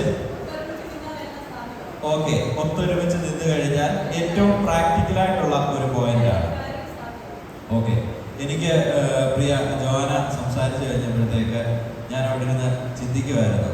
ആ മോള് ഒരു റെഫറൻസ് എടുത്തു, അത് കണക്ട് ചെയ്ത് അടുത്ത റെഫറൻസ് എടുത്തു. ഇങ്ങനെ ഒരു 5-6 റെഫറൻസ് ഏറ്റവും കുറഞ്ഞത് ജോന കണക്ട് ചെയ്തിട്ടുണ്ട്. അതുപോലെ തന്നെ ഒരു 6-7 ഇൻസിഡന്റ് കണക്ട് ചെയ്തിട്ടുണ്ട്. 40 വയസ്സായ എനിക്ക് ഞാൻ പ്രസംഗിച്ചിട്ടുണ്ട്, എന്നാൽ ഇത്ര ഇൻസിഡൻറ്റ് കണക്ട് ചെയ്ത് പ്രസംഗിക്കാൻ പറ്റിയിട്ടില്ല. ഇത് കാണിക്കുന്നത് വേറെ ഒന്നുമല്ല, എത്രത്തോളം നമ്മുടെ കുഞ്ഞുങ്ങളെ നമുക്ക് ട്രെയിൻ ചെയ്യാൻ പറ്റുന്നുണ്ടോ അവർ തരുന്ന ഔട്ട്പുട്ട് നമ്മൾ ചിന്തിക്കുന്നതിനപ്പുറത്തായിരുന്നു. ഞാൻ എൻ്റെ ലൈഫിൽ നിന്നാണ് പറയുന്നത്, എനിക്ക് ഇത്രയും സിറ്റുവേഷൻസ് കണക്ട് ചെയ്ത് പ്രസംഗിക്കാൻ പറ്റിയിട്ടില്ല, ഇത്രയും വാക്യങ്ങൾ കണക്ട് ചെയ്ത് പ്രസംഗിക്കാൻ പറ്റിയിട്ടില്ല. ഞാൻ പലപ്പോഴും ശ്രമിച്ചിട്ടുണ്ട്, പക്ഷെ സാധിക്കുന്നില്ല. നമ്മുടെ കുഞ്ഞുങ്ങളെ നമുക്ക് ട്രെയിൻ ചെയ്യേണ്ട സമയത്ത് ട്രെയിൻ ചെയ്യണം. രണ്ടാമത്തെ മെസ്സേജ് എന്തായിരുന്നു? ആരായിരുന്നു പ്രസംഗിച്ചത്? സോണിച്ചാൻ എന്തായിരുന്നു പറഞ്ഞത്? യഹോവ വീട് പണിയാതിരുന്നാൽ പണിയുന്നവൻ വൃഥ അധ്വാനിക്കും. അതിനൊരു എക്സ്പ്ലനേഷൻ്റെ ആവശ്യമില്ല, നമുക്ക് ആശയം അറിയാം. അത് കഴിഞ്ഞ് സോണിച്ചാൻ പറഞ്ഞതിനകത്ത് ഒരു സ്റ്റേറ്റ്മെന്റ് ഇങ്ങനെ കയറി വന്നു, ന്യായപ്രമാണത്തിൽ സന്തോഷിക്കണം. ഏത് ബിംബത്തെയും നമ്മളിപ്പോൾ ടെക്നിക്കലി നമ്മൾ ബിംബത്തെ ഒന്നും നമസ്കരിക്കുന്നില്ല, പക്ഷേ ബിംബം എന്ന് പറയുന്ന ആ വാക്കുകൊണ്ട് വേറെ അതിന് പല വേർഷൻസ് ഉണ്ട്. ഇങ്ങനൊരു ഇതുണ്ടല്ലോ, വാക്കുണ്ടല്ലോ, നിന്റെ മനസ്സിലിരിക്കുന്നിടത്ത്, നിന്റെ ഹൃദയം ഇരിക്കുന്നിടത്ത്, തിരിച്ച് നിന്റെ നിക്ഷേപം ഇരിക്കുന്നിടത്ത് നിന്റെ ഹൃദയം ഇരിക്കും. തെറ്റിക്കല്ലേ? ഓക്കെ, പറഞ്ഞതിന്റെ ആശയം ഇതാണ്, നിന്റെ ഹൃദയം ഇരിക്കുന്നിടത്ത് നിന്റെ നിക്ഷേപം ഇരിക്കുന്നു. ഏറ്റവും തിരിച്ച് നിന്റെ നിക്ഷേപം ഇരിക്കുന്നിടത്ത് നിന്റെ ഹൃദയം ഇരിക്കുന്നു. വാക്യം അങ്ങോട്ടും ഇങ്ങോട്ടും കൺഫ്യൂഷൻ ആക്കില്ല. നിന്റെ നിക്ഷേപം ഇരിക്കുന്നിടത്ത് നിന്റെ ഹൃദയം ഇരിക്കുന്നു. ഓക്കെ, ജോക്സ് അപ്പാർട്ട്, ഇതിനകത്ത് വളരെ വലിയൊരു ആശയമുണ്ട്. എൻ്റെ നിക്ഷേപം എൻ്റെ എഡ്യൂക്കേഷൻ ആണെങ്കിൽ, എൻ്റെ നിക്ഷേപം എൻ്റെ ടാലൻ്റ് ആണെങ്കിൽ, എൻ്റെ നിക്ഷേപം ഞാൻ എൻ്റെ ലൈഫിൽ ഏറ്റവും കൂടുതൽ ഇമ്പോർട്ടൻസ് കൊടുക്കുന്നത് എൻ്റെ ജോലിയാണെങ്കിൽ, അത് നമ്മളൊരു ബിംബമായിട്ട് തന്നെയാണ് നമ്മുടെ ജീവിതത്തിൽ കടന്നു വരുന്നത്. ഇപ്പൊ ചിലർ പറയും ഞാൻ ബാക്കി കാര്യങ്ങളിലെല്ലാം ആക്റ്റീവാണ്, പക്ഷേ ഞായറാഴ്ച എനിക്ക് ജോലിക്ക് പോയേ പറ്റത്തുള്ളൂ. സിറ്റുവേഷൻസ് നമുക്ക് കുറ്റപ്പെടുത്താൻ പറ്റത്തില്ല. പക്ഷേ ദൈവത്തെക്കാൾ ഉപരി നീ നിന്റെ ജോലിക്ക് ഇമ്പോർട്ടൻസ് കൊടുക്കുകയാണെങ്കിൽ, അല്ലെങ്കിൽ ദൈവത്തെക്കാൾ ഉപരി നീ നിന്റെ ടാലന്റിന് ഇമ്പോർട്ടൻസ് കൊടുക്കുകയാണെങ്കിൽ, അവിടെ അത് പരാജയത്തിലോട്ട് പോകും. ഈ വിഷയം ഞാൻ ഒരു പ്രാവശ്യം ഇവിടെ ഒരു ഉപവാസ പ്രാർത്ഥനയ്ക്ക് സംസാരിച്ചിട്ടുണ്ട്. നമ്മൾ അബ്രഹാമിന്റെ ചരിത്രം നോക്കുകയാണെങ്കിൽ, അബ്രഹാം ആ കാലഘട്ടത്തിലെ പണമില്ലാത്ത ഒരു വ്യക്തിയായിരുന്നു. അബ്രഹാമിന്റെ സ്റ്റാറ്റസ് എന്തുവായിരുന്നു? സോഷ്യൽ സ്റ്റാറ്റസ് എന്തുവായിരുന്നു? പട്ടിണിക്കാരനായിരുന്നു. അബ്രഹാം ആരായിരുന്നു? നാട്ടുരാജാവിന്റെ പവർ ഉള്ളതാണ്. അത് ഷിബിച്ചാന്റെ വേർഷനാണ്. നാട്ടുരാജാവ് എന്ന് പറഞ്ഞാൽ ഇഷ്ടം പോലെ അഭ്യാസികളുണ്ട്, അതുപോലെ തന്നെ കന്നുകാലികള്, ധനസമ്പത്ത് എല്ലാം ഉണ്ട്. എന്നാലും അബ്രഹാമിന്റെ ജീവിതത്തിലെ ഒരു കാര്യം നമ്മൾ ശ്രദ്ധിക്കണം. അബ്രഹാം ഒരു കൊട്ടാരത്തിലാണ് ജീവിച്ചത്. നമ്മൾ എവിടെയും വായിച്ചിട്ടുണ്ടോ? അബ്രഹാം എവിടെയായിരുന്നു ജീവിച്ചത്? കൂടാരങ്ങളിൽ.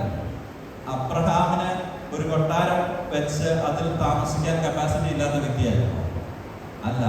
അബ്രഹാമിന്റെ ജീവിതത്തെ പറ്റി, അല്ലെങ്കിൽ അബ്രഹാമിലൂടെ ദൈവം എന്താണ് ചെയ്യാൻ ഉദ്ദേശിക്കുന്നത് എന്നതിനെ പറ്റി വ്യക്തമായ ഒരു ബോധ്യമുണ്ടായിരുന്നു. അവിടെ ഇതെല്ലാം വേണമെങ്കിൽ അബ്രഹാമിന് ബിംബമായിട്ട് വരായിരുന്നു. പക്ഷെ ഇതൊന്നും അബ്രഹാമിന്റെ ഫ്രണ്ടില് വന്നില്ല. അബ്രഹാമിനറിയാം ഞാനിവിടെ നിൽക്കേണ്ട വ്യക്തിയല്ല, ഞാൻ ചെന്നെത്തേണ്ട ഒരു സ്ഥലമുണ്ട്.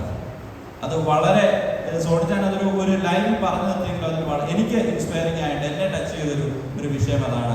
അതുകൊണ്ട് നമുക്ക് എന്തൊക്കെ ടാലന്റ് ഉണ്ടെങ്കിലും, നമുക്ക് എന്തൊക്കെ സാഹചര്യങ്ങളുണ്ടെങ്കിലും, അതിലെല്ലാം ഉപരിയായിട്ട് നമുക്ക് ദൈവത്തിന് വേണ്ടി കൊടുക്കുവാൻ സാധിക്കണം. മൂന്നാമത്തെ മെസ്സേജ് ആരുടെയായിരുന്നു? ജാനിസ് എന്തായിരുന്നു പറഞ്ഞത്? ഓക്കെ, ജാനിസിന്റെ കഥയുടെ ഇൻപുട്ട് എന്താണ് നമുക്ക് അതിന് മുമ്പ് ജാനിസിന്റെ അടുത്ത് ഞാൻ വണ്ടിയെ കയറി കഴിഞ്ഞപ്പോഴാണ്, എന്ന് പറഞ്ഞാൽ 6 മണി ആയപ്പോഴാണ്, 6:15 പറഞ്ഞു ജാനിസ് പാട്ട് പാടണമെന്ന് ഞാൻ നേരത്തെ പറഞ്ഞു. പക്ഷെ ഒരു എന്തെങ്കിലും തോന്നുന്ന ഒരു വിഷയം, ഇൻസ്പയർ ചെയ്യുന്ന ഒരു വിഷയം പറയണമെന്ന്. എത്ര മിനിറ്റ് ജാനിസ് സംസാരിച്ചതാണ്? ഒരു 5 മിനിറ്റ്. 5 മിനിറ്റ്. ഞാൻ പറഞ്ഞത് 2 വരി എന്ന് ഞാൻ പറഞ്ഞു. പക്ഷേ ജാനീസ് തന്ന ഔട്ട്പുട്ട് എന്ന് പറയുന്നത് ഒരു 5-6 മിനിറ്റാണ്.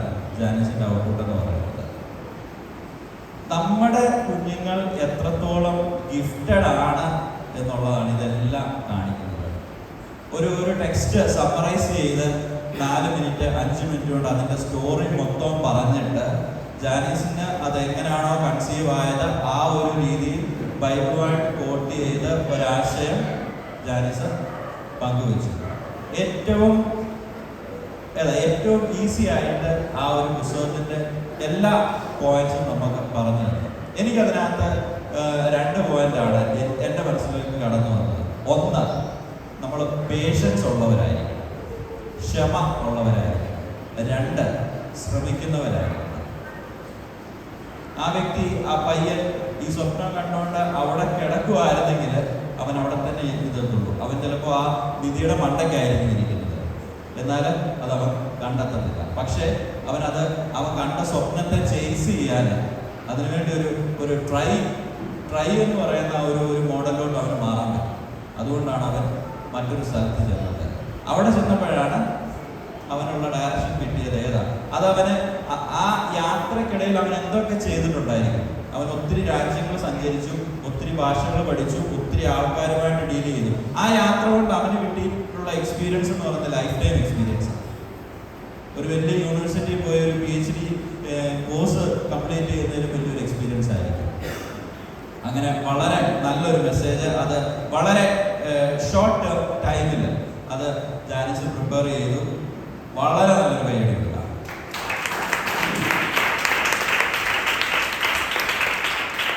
നമ്മൾ ആഗ്രഹിക്കുന്നതും നമ്മൾ ഉദ്ദേശിക്കുന്നതും ഇതൊക്കെ തന്നെയാണ്. കാര്യം ഒരു മാസത്തെ പ്രിപ്പറേഷൻസ് കഴിഞ്ഞിട്ടല്ല ഈ കുഞ്ഞുങ്ങളാരും ഒരു 48 മണിക്കൂറിനപ്പുറത്ത് ഇതിനു വേണ്ടി ആർക്കും സമയം കൊടുത്തിട്ടില്ല. ആ ഒരു ടൈമിലാണ് പിള്ളേരെല്ലാം ഇത് പെർഫോം ചെയ്യുന്നത്. അത് ഏറ്റവും നന്നായിട്ടുണ്ട്. അവസാനത്തെ മെസ്സേജ് എത്തുമായിരുന്നു. ആരാണ് സംസാരിച്ചത്? ദിയയുടെ ഇന്നത്തെ ആ ഒരു പെർഫോമൻസ് എങ്ങനെ എക്സ്പ്രസ് ചെയ്യണമെന്ന് എനിക്കറിയത്തില്ല. കാര്യം ആ പൈതലിൻ്റെ ഡെവലപ്മെന്റ് നമ്മളെല്ലാവരും വിറ്റ്നസ് ചെയ്യുന്നു. ദിയയുടെ ഇന്നത്തെ പെർഫോമൻസ് ലിജേജി പ്രതീക്ഷിച്ചു ഇത്രയും ധൈര്യമായിട്ട് ഇത് തീർത്തു വന്നു. വേറെ ആരും ഡോണിച്ച ഇത്രയും സ്ട്രോങ് ആയിട്ട് ദിയ കംപ്ലീറ്റ് ചെയ്യുമെന്ന് പ്രതീക്ഷിച്ചോ? ഞാൻ ഭയങ്കരമായിട്ട് എൻജോയ് ചെയ്തു. ഞാൻ ആ പ്രോഗ്രസ് നമ്മളെല്ലാവരും കണ്ടിട്ടുള്ളതാണ്. ആദ്യത്തെ പ്രാവശ്യം ഇങ്ങനെ ഒരു അവസരം കിട്ടിയപ്പോഴത്തേക്ക് ഒത്തിരി എക്സ്ക്യൂസ് പറഞ്ഞു. എന്നാൽ ഇന്ന് ദിയ അടിച്ചു പൊളിച്ച പരിപാടി ചെയ്ത് ആ ലെവൽ ഓഫ് കോൺഫിഡൻസ് അവസാനത്തെ ഒരു 2 മിനിറ്റ് 3 മിനിറ്റ് ഒക്കെ ആയി കഴിഞ്ഞപ്പോഴത്തേക്ക് കോൺഫിഡൻസ് ലെവൽ എന്ന് പറയുന്നത് വേറെ ലെവലിലാണ്. ഇത് ഞാൻ എക്സ്പീരിയൻസ് ചെയ്തിട്ടുണ്ട്. ഞാൻ ഇതുപോലെ ഡിഗ്രിക്ക് പഠിക്കുന്ന സമയത്ത് എൻ്റെ അടുത്തൊരു സാർ പറഞ്ഞു, ഞങ്ങളുടെ ഒരു അക്കൗണ്ടൻസിൻ്റെ ഒരു പ്രൊഫസറാണ്. പുള്ളി പറഞ്ഞത് ഇനി നിങ്ങൾക്ക് ഒരു പ്രസൻറ്റേഷൻ്റെ അവസരമുണ്ട്, നിങ്ങൾക്ക് പ്രസൻറ്റേഷൻ എടുക്കാം. അതിനു മുമ്പ് പുള്ളി എന്തോ ഒരു ടെസ്റ്റ് പോലെ ഒരു സാധനം നടത്തി. എൻ്റെ ഗതികേടിന് ഈ ടെസ്റ്റിനകത്ത് ഒരു ഇതിനകത്ത് മാർക്ക് കൂടുതലിരിക്കുക. അത് കണക്കും പരിപാടികളൊന്നുമില്ല, വേറെ എന്തോ ഒരു ലോജിക്കൽ ടെസ്റ്റാണ്. ഇത് വന്നു. അന്നേരം പുള്ളി ഇതൊരു ടെസ്റ്റ് ഈ ആഴ്ചയാണെങ്കിൽ ഇത് 2 ആഴ്ച കഴിഞ്ഞ് പ്രസൻറ്റേഷൻ്റെ കാര്യം പറയും. അന്നേരം ആദ്യത്തെ വ്യക്തി എന്ന് പറയുന്നത് ഞാനിപ്പോഴും ഓർക്കുന്നുണ്ട്, ഏബ്രഹാം എന്ന് പറയുന്ന എൻ്റെ ഒരു സുഹൃത്താണ്, നീലറ്റുപുറത്തുണ്ട്. 12 വരെ CBSE സ്കൂളിൽ പഠിച്ച് അവിടെ ഒരു 88% ഏതാണ്ട് മർത്തോണസിലെ ആ ടോപ്പ് ബാച്ചിലുള്ള ഒരു വ്യക്തി. രണ്ടാമത്തെ എൻ്റെ ഒരു ക്ലാസ്മേറ്റ് തന്നെ ജെൻസി എന്ന് പറയുന്ന ഒരു പെങ്കൊച്ച്. ആ പെങ്കൊച്ചിനും ഒരു 90+ ആണ്. ഇതിനിടയ്ക്കാണ് എങ്ങനെയൊക്കെയോ 360 മാർക്ക് വാങ്ങി, 360 ഡിഗ്രി SLCക്കല്ലേ, എങ്ങനെയോ 50% മാർക്ക് വാങ്ങിച്ച ഞാൻ ഇതിനടുത്ത് ചെന്ന് പെട്ടത്. അന്നേരം ആദ്യത്തെ ഏബ്രഹാം 2007-2005 എടുത്ത പ്രസന്റേഷൻ ടോപ്പിക് എന്ന് പറയുന്നത് 2020 വിഷൻ 2020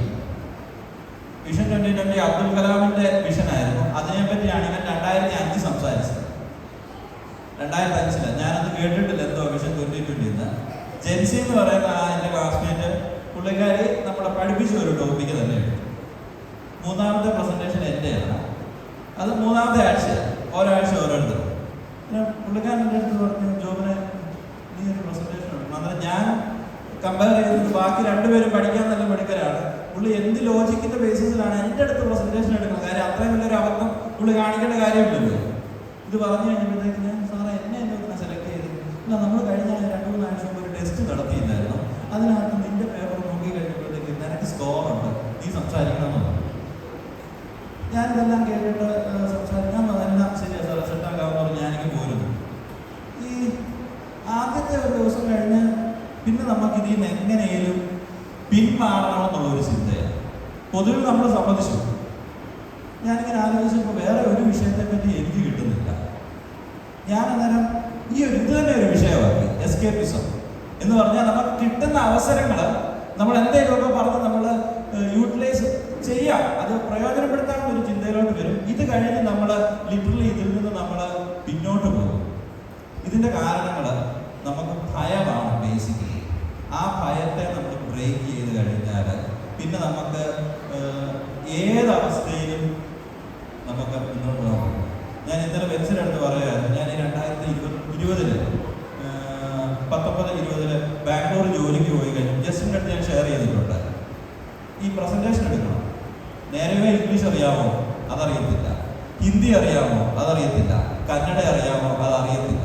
നമുക്കാകെ അറിയാവുന്നത് ഇവിടെ പല സ്ഥാപനങ്ങളും പോയി ട്രെയിനിങ് എടുത്ത ആ ഒരു കോൺഫിഡൻസും ആൾക്കാരെ ചിരിച്ച് കാണിക്കാൻ അറിയാം. ഇതല്ലാതെ വേറെ ആകെ കയ്യിലുള്ള സംഭവം ഇതാണ്.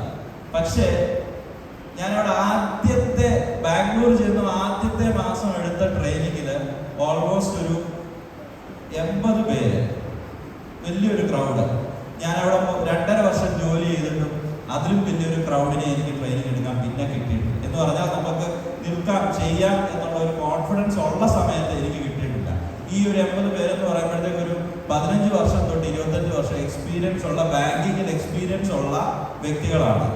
അവരൊക്കെ വലിയ കോട്ടും സൂട്ടും ഒക്കെ ഇട്ട് ലാപ്ടോപ്പും ഒക്കെ എടുത്തിരിക്കുന്നു. അപ്പോഴാണ് ഞാൻ അവിടെ ഫുൾ സ്ലീവ് ഇട്ട് ഒരു ടൈ വേറെ ഒരാളെ സംഘടിപ്പിച്ചുകൊണ്ട് ടൈയും കെട്ടിക്കൊണ്ട് കയറി ചെല്ലുന്നത്. ഇവരെയാണ് നമുക്കൊരു പ്രോഡക്റ്റ് പഠിപ്പിക്കേണ്ടത്.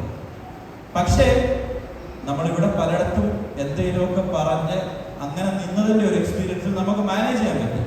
ഞാൻ പറഞ്ഞു വന്നതിൻ്റെ ചുരുക്കം ഇത്രയേ ഉള്ളൂ.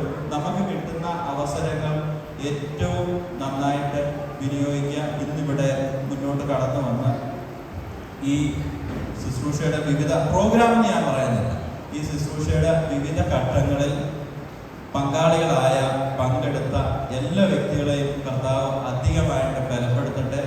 പതിവിന് വിപരീതമായിട്ട് ഇന്നത്തെ നമ്മുടെ മീറ്റിംഗ് സ്റ്റാർട്ടിങ്ങിൽ തന്നെ ഒരു 10-20 പേരുണ്ടായിരുന്നു. എനിക്ക് തോന്നുന്നത് നമ്മുടെ മീറ്റിങ്ങിന്റെ ഹയസ്റ്റ് നമ്പർ ഇന്നായിരിക്കും ടച്ച് ചെയ്തേക്കുന്നത്. ചോദിച്ചാൽ ഒന്ന് നമ്പർ എടുത്ത് 1 രാജവച്ചാ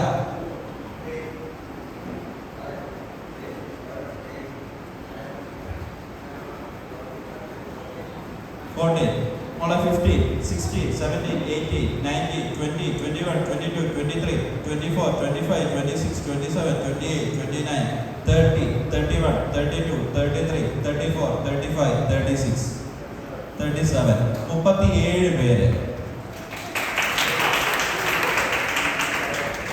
കൈയടിച്ചത് നന്നായി.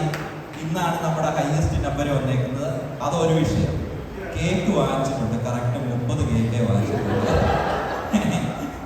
അത് രണ്ടാമത്തെ വിഷയം. അതായത് നമുക്ക് ലഭിക്കുന്ന അവസരങ്ങൾ നന്നായിട്ട് പ്രയോജനപ്പെടുത്തുക. ഞാൻ പേഴ്സണലി നമ്മുടെ കുഞ്ഞുങ്ങളുടെ ആ ഒരു ഡെവലപ്മെന്റ് പേഴ്സണലി എനിക്ക് കാണാൻ പറ്റുന്നുണ്ട്. ഞാനത് നന്നായിട്ട് എൻജോയ് ചെയ്യുന്നു. തീർച്ചയായിട്ടും നമ്മുടെ ഈ മീറ്റിംഗ് ഏറ്റവും ശക്തമായിട്ട് മുന്നോട്ട് പോകും. ഇനി സൺഡേ സ്കൂളിന് പർട്ടിക്കുലർ ഏരിയ വെച്ച് കോൺസെൻട്രേഷൻ വരും. ഞങ്ങൾ പല കാര്യങ്ങൾ, ഞാൻ സോണിച്ചാന് ജസ്റ്റിന് ഇങ്ങനെ ഞങ്ങൾ പല കാര്യങ്ങൾ ഒത്തിരി കാഴ്ചപ്പാടോടെ, ഒത്തിരി താല്പര്യത്തോടെ, ഒത്തിരി പ്രാർത്ഥനയോടെ പല കാര്യങ്ങളും നമ്മൾ പ്ലാൻ ചെയ്യുന്നുണ്ട്. ഇതുവരെ സൺഡേ സ്കൂൾ നടത്തണം എന്നുള്ള ഒരു ചിന്തയിൽ മാത്രമായിരുന്നു ഞാൻ പോയിക്കൊണ്ടിരുന്നത്. കാര്യം എനിക്ക് അതിനപ്പുറത്ത് അതിനുവേണ്ടി ടൈം സ്പെൻഡ് ചെയ്യാൻ പറ്റിയിട്ടില്ല. നമുക്ക് സോണിച്ചാനെ നല്ല കൈയടി കൊടുത്ത് സൺഡേ സ്കൂളിലോട്ട് സ്വാഗതം. എല്ലാവരും കൈയടിച്ചല്ലോ, സന്തോഷത്തോടെ കൈയടിച്ചല്ലോ എല്ലാവരും. ഈ കൈയടിച്ച ആൾക്കാരെല്ലാം നാളെ 8:30 ഇവിടെ കാണണം കേട്ടോ. 8:45 8:30 ഇവിടെ കാണണം. അന്നേരം സന്തോഷകരമായ ഒരു മീറ്റിംഗ് ഇവിടെ വൈൻഡപ്പ് ആവുകയാണ്. ഇനി ആർക്കെങ്കിലും എന്തെങ്കിലും പറയാനുണ്ടോ? സമയത്തിനും പോയതുകൊണ്ട് സമയം അതിനുവേണ്ടി മാറ്റി വെക്കുന്നില്ല. പ്രിയ പാസ്റ്റർ മുന്നോട്ട് കടന്നു വന്ന ഒരു ഫൈനൽ ഫീഡ്ബാക്കും ബാക്കി ക്ലോസിംഗ് സെക്ഷനിലൂടെ ഹാൻഡിൽ ചെയ്യും. നിങ്ങൾ വളരെ അനുഗ്രഹിക്കപ്പെട്ടവരാണ്. നിങ്ങൾ വളരെ ഭാഗ്യമുള്ളവരാണ്. ഇങ്ങനൊരു സംവിധാനത്തിൽ നിങ്ങൾ ഉൾപ്പെട്ടവരാണ്. ആ സംവിധാനം വളരെ നല്ല രീതിയിൽ ഹാൻഡിൽ ചെയ്യുന്ന അതിൻ്റെ ഉത്തരവാദിത്തപ്പെട്ടവരെ പ്രത്യേകം അഭിനന്ദിക്കുന്നു. ഞാൻ രണ്ടാമത്തെ മീറ്റിങ്ങാണ് അറ്റൻഡ് ചെയ്യുന്നത്. രണ്ട് മീറ്റിംഗ് ഞാൻ പറഞ്ഞു ഇങ്ങനൊരു അവസരം, ഇങ്ങനെ നിങ്ങളെ പ്രയോജനപ്പെടുത്താമെന്നുള്ള അവസരം എൻ്റെ മുൻഗാമികളിൽ കാണാനോ അറിയാനോ കഴിഞ്ഞില്ല. അതുകൊണ്ട് ഞാൻ ഇതിനിടങ്ങളിൽ പ്രകാരം അവസരം ഒരുക്കിയില്ല. നിങ്ങളുടെ എല്ലാവരുടെയും ഉള്ളിൽ എൻ്റെ ടാലൻറ്റുകളൊക്കെ എല്ലാവരുടെയും ഉള്ളിൽ അത് കണ്ടെത്താനുള്ള പരിശ്രമത്തിൽ നിങ്ങളെ സഹായിക്കുന്നവരെ നിങ്ങളാവുന്നിടത്തോളം ബഹുമാനിച്ച് അവരുടെ ആഗ്രഹങ്ങൾ സഫലീകരിക്കുവാൻ നിങ്ങൾ സമർപ്പണത്തോടെ അവരെ പിന്തുടരുന്നുവെങ്കിൽ നിങ്ങൾക്ക് തീർച്ചയായിട്ടും വിജയത്തിന് കാരണമായി തീരും. പ്രത്യേക സാഹചര്യത്തിൽ ഒരു ക്രൗഡിനെ അറ്റൻഡ് ചെയ്യേണ്ടതായിട്ട് വന്നു, ഹാൻഡിൽ ചെയ്യേണ്ടതായിട്ട് വന്നു. ആ സമയത്ത് അതെ വേണ്ട മെറ്റീരിയൽസ് ഒന്നും ഇല്ലാതെയാകാം പെട്ടെന്ന് അതിനെ ഫേസ് ചെയ്യുന്നത്. പക്ഷെ നല്ല രീതിയിൽ പ്രസന്റ് ചെയ്യുവാൻ ഇടയായതിന് പുറകിൽ അല്ലേ ഇങ്ങനെ ലഭിച്ച അവസരങ്ങളാണ്. അല്ലെ പൗരോയുടെ ആത്മവിശ്വസിനെ കുറിച്ച് മോള് ഇഷ്ടപ്പെട്ട എഴുത്തുകാരുടെ പുസ്തകം അതാണ് അല്ലെ ആ കണ്ടെത്താനുള്ള ശ്രമം അല്ലെ ആ ശരിക്കർത്ഥമാകുന്നത് മണ്ണ് ഉരുക്കി സ്വർണ്ണമാക്കാനുള്ള ഒരു വിദ്യ ആണ്. അതിൻ്റെ പുറകെയാണ് അന്വേഷണം. ആ അന്വേഷണത്തിൽ താൻ മുന്നോട്ട് പോയി അല്ലേ മുന്നോട്ട് പോയത് വളരെ വിജയത്തിലേക്ക് കാര്യങ്ങൾ ചെന്നു. അതുപോലെ നിങ്ങളെ സഹായിക്കാൻ ഇവരുള്ളപ്പോൾ ഇവരുടെ പിന്തുണയോടുകൂടി ബഹുദൂരം നിങ്ങൾക്ക് മുന്നോട്ട് പോകേണ്ടതായിട്ട് അല്ലെ കുഞ്ഞുങ്ങൾക്ക് എന്താ പറയുന്നത് നാളെ പറയാം ഐക്യു വളരെ പ്രാധാന്യമുള്ളതായിട്ടാണ്. ഐക്യു അത് വളരെ നല്ലതാണ് ഒരു കാലഘട്ടം വരെ. എന്നാൽ ഐക്യു കൊണ്ട് നമുക്ക് നേടാൻ കഴിയുന്നത് എന്താണെന്നറിയാമോ? A+, A1 ഇത്യാദി മാർക്ക് ലിസ്റ്റിലാണ് ഐക്യു നമുക്ക് വെളിപ്പെടുത്താൻ കഴിയുക. എന്നാൽ ഇക്യു ഇമോഷണൽ ആയിട്ടുള്ള ഇമോഷൻ ഇമോഷണൽ ആ കാര്യത്തിൽ നിങ്ങൾ കരുത്ത് കൈവരിച്ച ജീവിതം തീർച്ചയായിട്ടും വിജയിച്ചിരിക്കും. ഇമോഷണൽ നല്ല രീതിയിൽ ഇമോഷണൽ ആകാൻ കാര്യങ്ങൾ കഴിയുക എല്ലാവർക്കും ആഗ്രഹമുണ്ടെങ്കിലും എക്സ്പീരിയൻസ് ഇല്ലാത്തത് കൊണ്ടാണ് നിങ്ങളുടെ ആഗ്രഹങ്ങൾ പ്രകടിപ്പിക്കാനും നിങ്ങളുടെ ഉള്ളിൽ ചിന്തകൾ പ്രകടിപ്പിക്കാനും നിങ്ങൾക്ക് കഴിയാതെ പോകുന്നത്. വരും നാളുകളിൽ നിങ്ങളുടെ ഉള്ളിലുള്ള ആശയങ്ങൾ അവതരിപ്പിക്കാനുള്ള കഴിവ് നേടിയാൽ ജീവിതം വിജയിച്ചിരിക്കും. ഈ ബറ്റാലിയൻ ഇതാണ് നിങ്ങളെ അവസരം തന്ന് പ്രതീക്ഷയോടെ ഇരിക്കുകയാണ് അല്ലേ. എന്താണ് നിങ്ങളുടെ ഉള്ളിൽ നിന്ന് ഓരോ മുത്തുകൾ പുറത്തേക്ക് എടുക്കാനുള്ള അവസരം ഒരുക്കുമ്പോൾ അത് വിനിയോഗിക്കുക. നിങ്ങളുടെ ഫ്യൂച്ചർ ഈ പ്രോഗ്രാമിൽ നിമിത്തം കൂടുതൽ ബ്രൈറ്റ് ആകുമെന്ന് രണ്ട് വർഷമില്ല തീർച്ചയായിട്ടും നിങ്ങളുടെ ഫ്യൂച്ചറിനെ സഹായകരമായ സമയമാണ്. എസ്പെഷ്യലി പേരൻസിനെ അനുമോദിക്കുന്നു. നാളെ സഭായങ്ങളുടെ സദസ്സുകളുടെ യാത്ര എങ്കിലും വീട്ടിലെ പണിയൊക്കെ മാറ്റിവെച്ച് കുഞ്ഞുങ്ങളുമായി ഇവിടെ വന്നത് പ്രത്യേകം അഭിനന്ദിക്കുന്നു. നിങ്ങളുടെ കുഞ്ഞുങ്ങളോട് നിങ്ങൾ പ്രകടിപ്പിക്കുന്ന സ്നേഹം ഈ രീതിയിൽ അവർക്ക് സഹായകരമാകുന്നത് ഒരിക്കലും കൂടെ നിങ്ങളെ അനുമോദിക്കുന്നു. കുഞ്ഞുങ്ങളെ എല്ലാവരുടെയും കമന്റ് പറയാനുണ്ട്. പക്ഷെ അവർക്ക് നല്ല രീതിയിൽ പെർഫോമൻസ് ജീവിതകർത്താവ് സഹായിക്കുന്നു. ഇതിനെ പ്രത്യേകം അഭിനന്ദിക്കുന്നു. എല്ലാവരെയും അഭിനന്ദിക്കുന്നു. പ്രാർത്ഥിച്ചു. നല്ല ദൈവമേ, സ്വർഗീയ പിതാവേ, അങ്ങയുടെ കൃപ ഞങ്ങളുടെ ബലഹീനതയും തികഞ്ഞു വന്ന ബലമാണ്. അങ്ങ് പകരപ്പെട്ട കൃപകൾ ഞങ്ങളുടെ കുഞ്ഞുങ്ങളിൽ വെളിപ്പെട്ടത് അത് അവർക്ക് ലഭിച്ച കൃപയ്ക്കൊത്തവണ്ണം ആ കൃപകൾ അവതരിപ്പിക്കുവാൻ നമ്മുടെ മക്കളെ ദൈവം സഹായിച്ചത്. കുഞ്ഞുങ്ങളെ അങ്ങയുടെ നാമം ചൊല്ലി ഞങ്ങൾ അനുഗ്രഹിക്കുന്നു. പങ്കെടുക്കാൻ അവസരം ലഭിക്കാതിരുന്നവർ, പങ്കെടുത്ത പ്രിയപ്പെട്ടവർ എല്ലാവർക്കുമായി സ്തോത്രം. അവരെ ഒരുക്കി അയച്ച പേരൻസിനായിട്ട് പ്രത്യേകം പ്രാർത്ഥിക്കുന്നു. അവരെയും ദൈവം ബലപ്പെടുത്തുന്നു. വിഭജന പ്രസ്ഥാനങ്ങൾക്ക് തൻ്റെ മക്കൾ ഒരു അനുഗ്രഹവും അവരുടെ വ്യക്തി ജീവിതത്തിൽ ഭാവി ജീവിതത്തിൽ ഈ പ്രോഗ്രാമുകൾ വളരെ അനുഗ്രഹമാക്കുന്നത് കൊണ്ട് നന്ദി. എല്ലാ ക്രമീകരണങ്ങൾക്കും നന്ദി. യൂത്ത് മീറ്റിങ്ങിനെ അനുഗ്രഹിച്ചത് കൊണ്ട് നന്ദി. പ്രാർത്ഥന കേട്ടതുകൊണ്ട് നന്ദി. യേശുവിൻ പുണ്യനാമത്തിൽ തന്നെ പിതാവേ ആമേൻ. കർത്താവ് രക്ഷിതാവായിരിക്കുന്ന യേശുക്രിസ്തുവിന്റെ കൃപ, പിതാവാണ് ദൈവത്തിന്റെ സ്നേഹം, ആശ്വസിപ്പിക്കും പരിശുദ്ധാത്മാവിൻ കാവൽ നാം ഏവരോട് ഓർത്ത് പ്രാർത്ഥിച്ച പ്രാർത്ഥനകളോട് ലോകമെങ്ങുമുള്ള വിശുദ്ധന്മാരോട് വിശേഷാൽ യുവജന പ്രവർത്തനങ്ങളോടും പ്രവർത്തകരോടും ഉണ്ട് യേശുവിൻ മടങ്ങി വരുന്നത് ഇടപെടാതെ എപ്പോഴും ഉണ്ടാകുമാറാകും.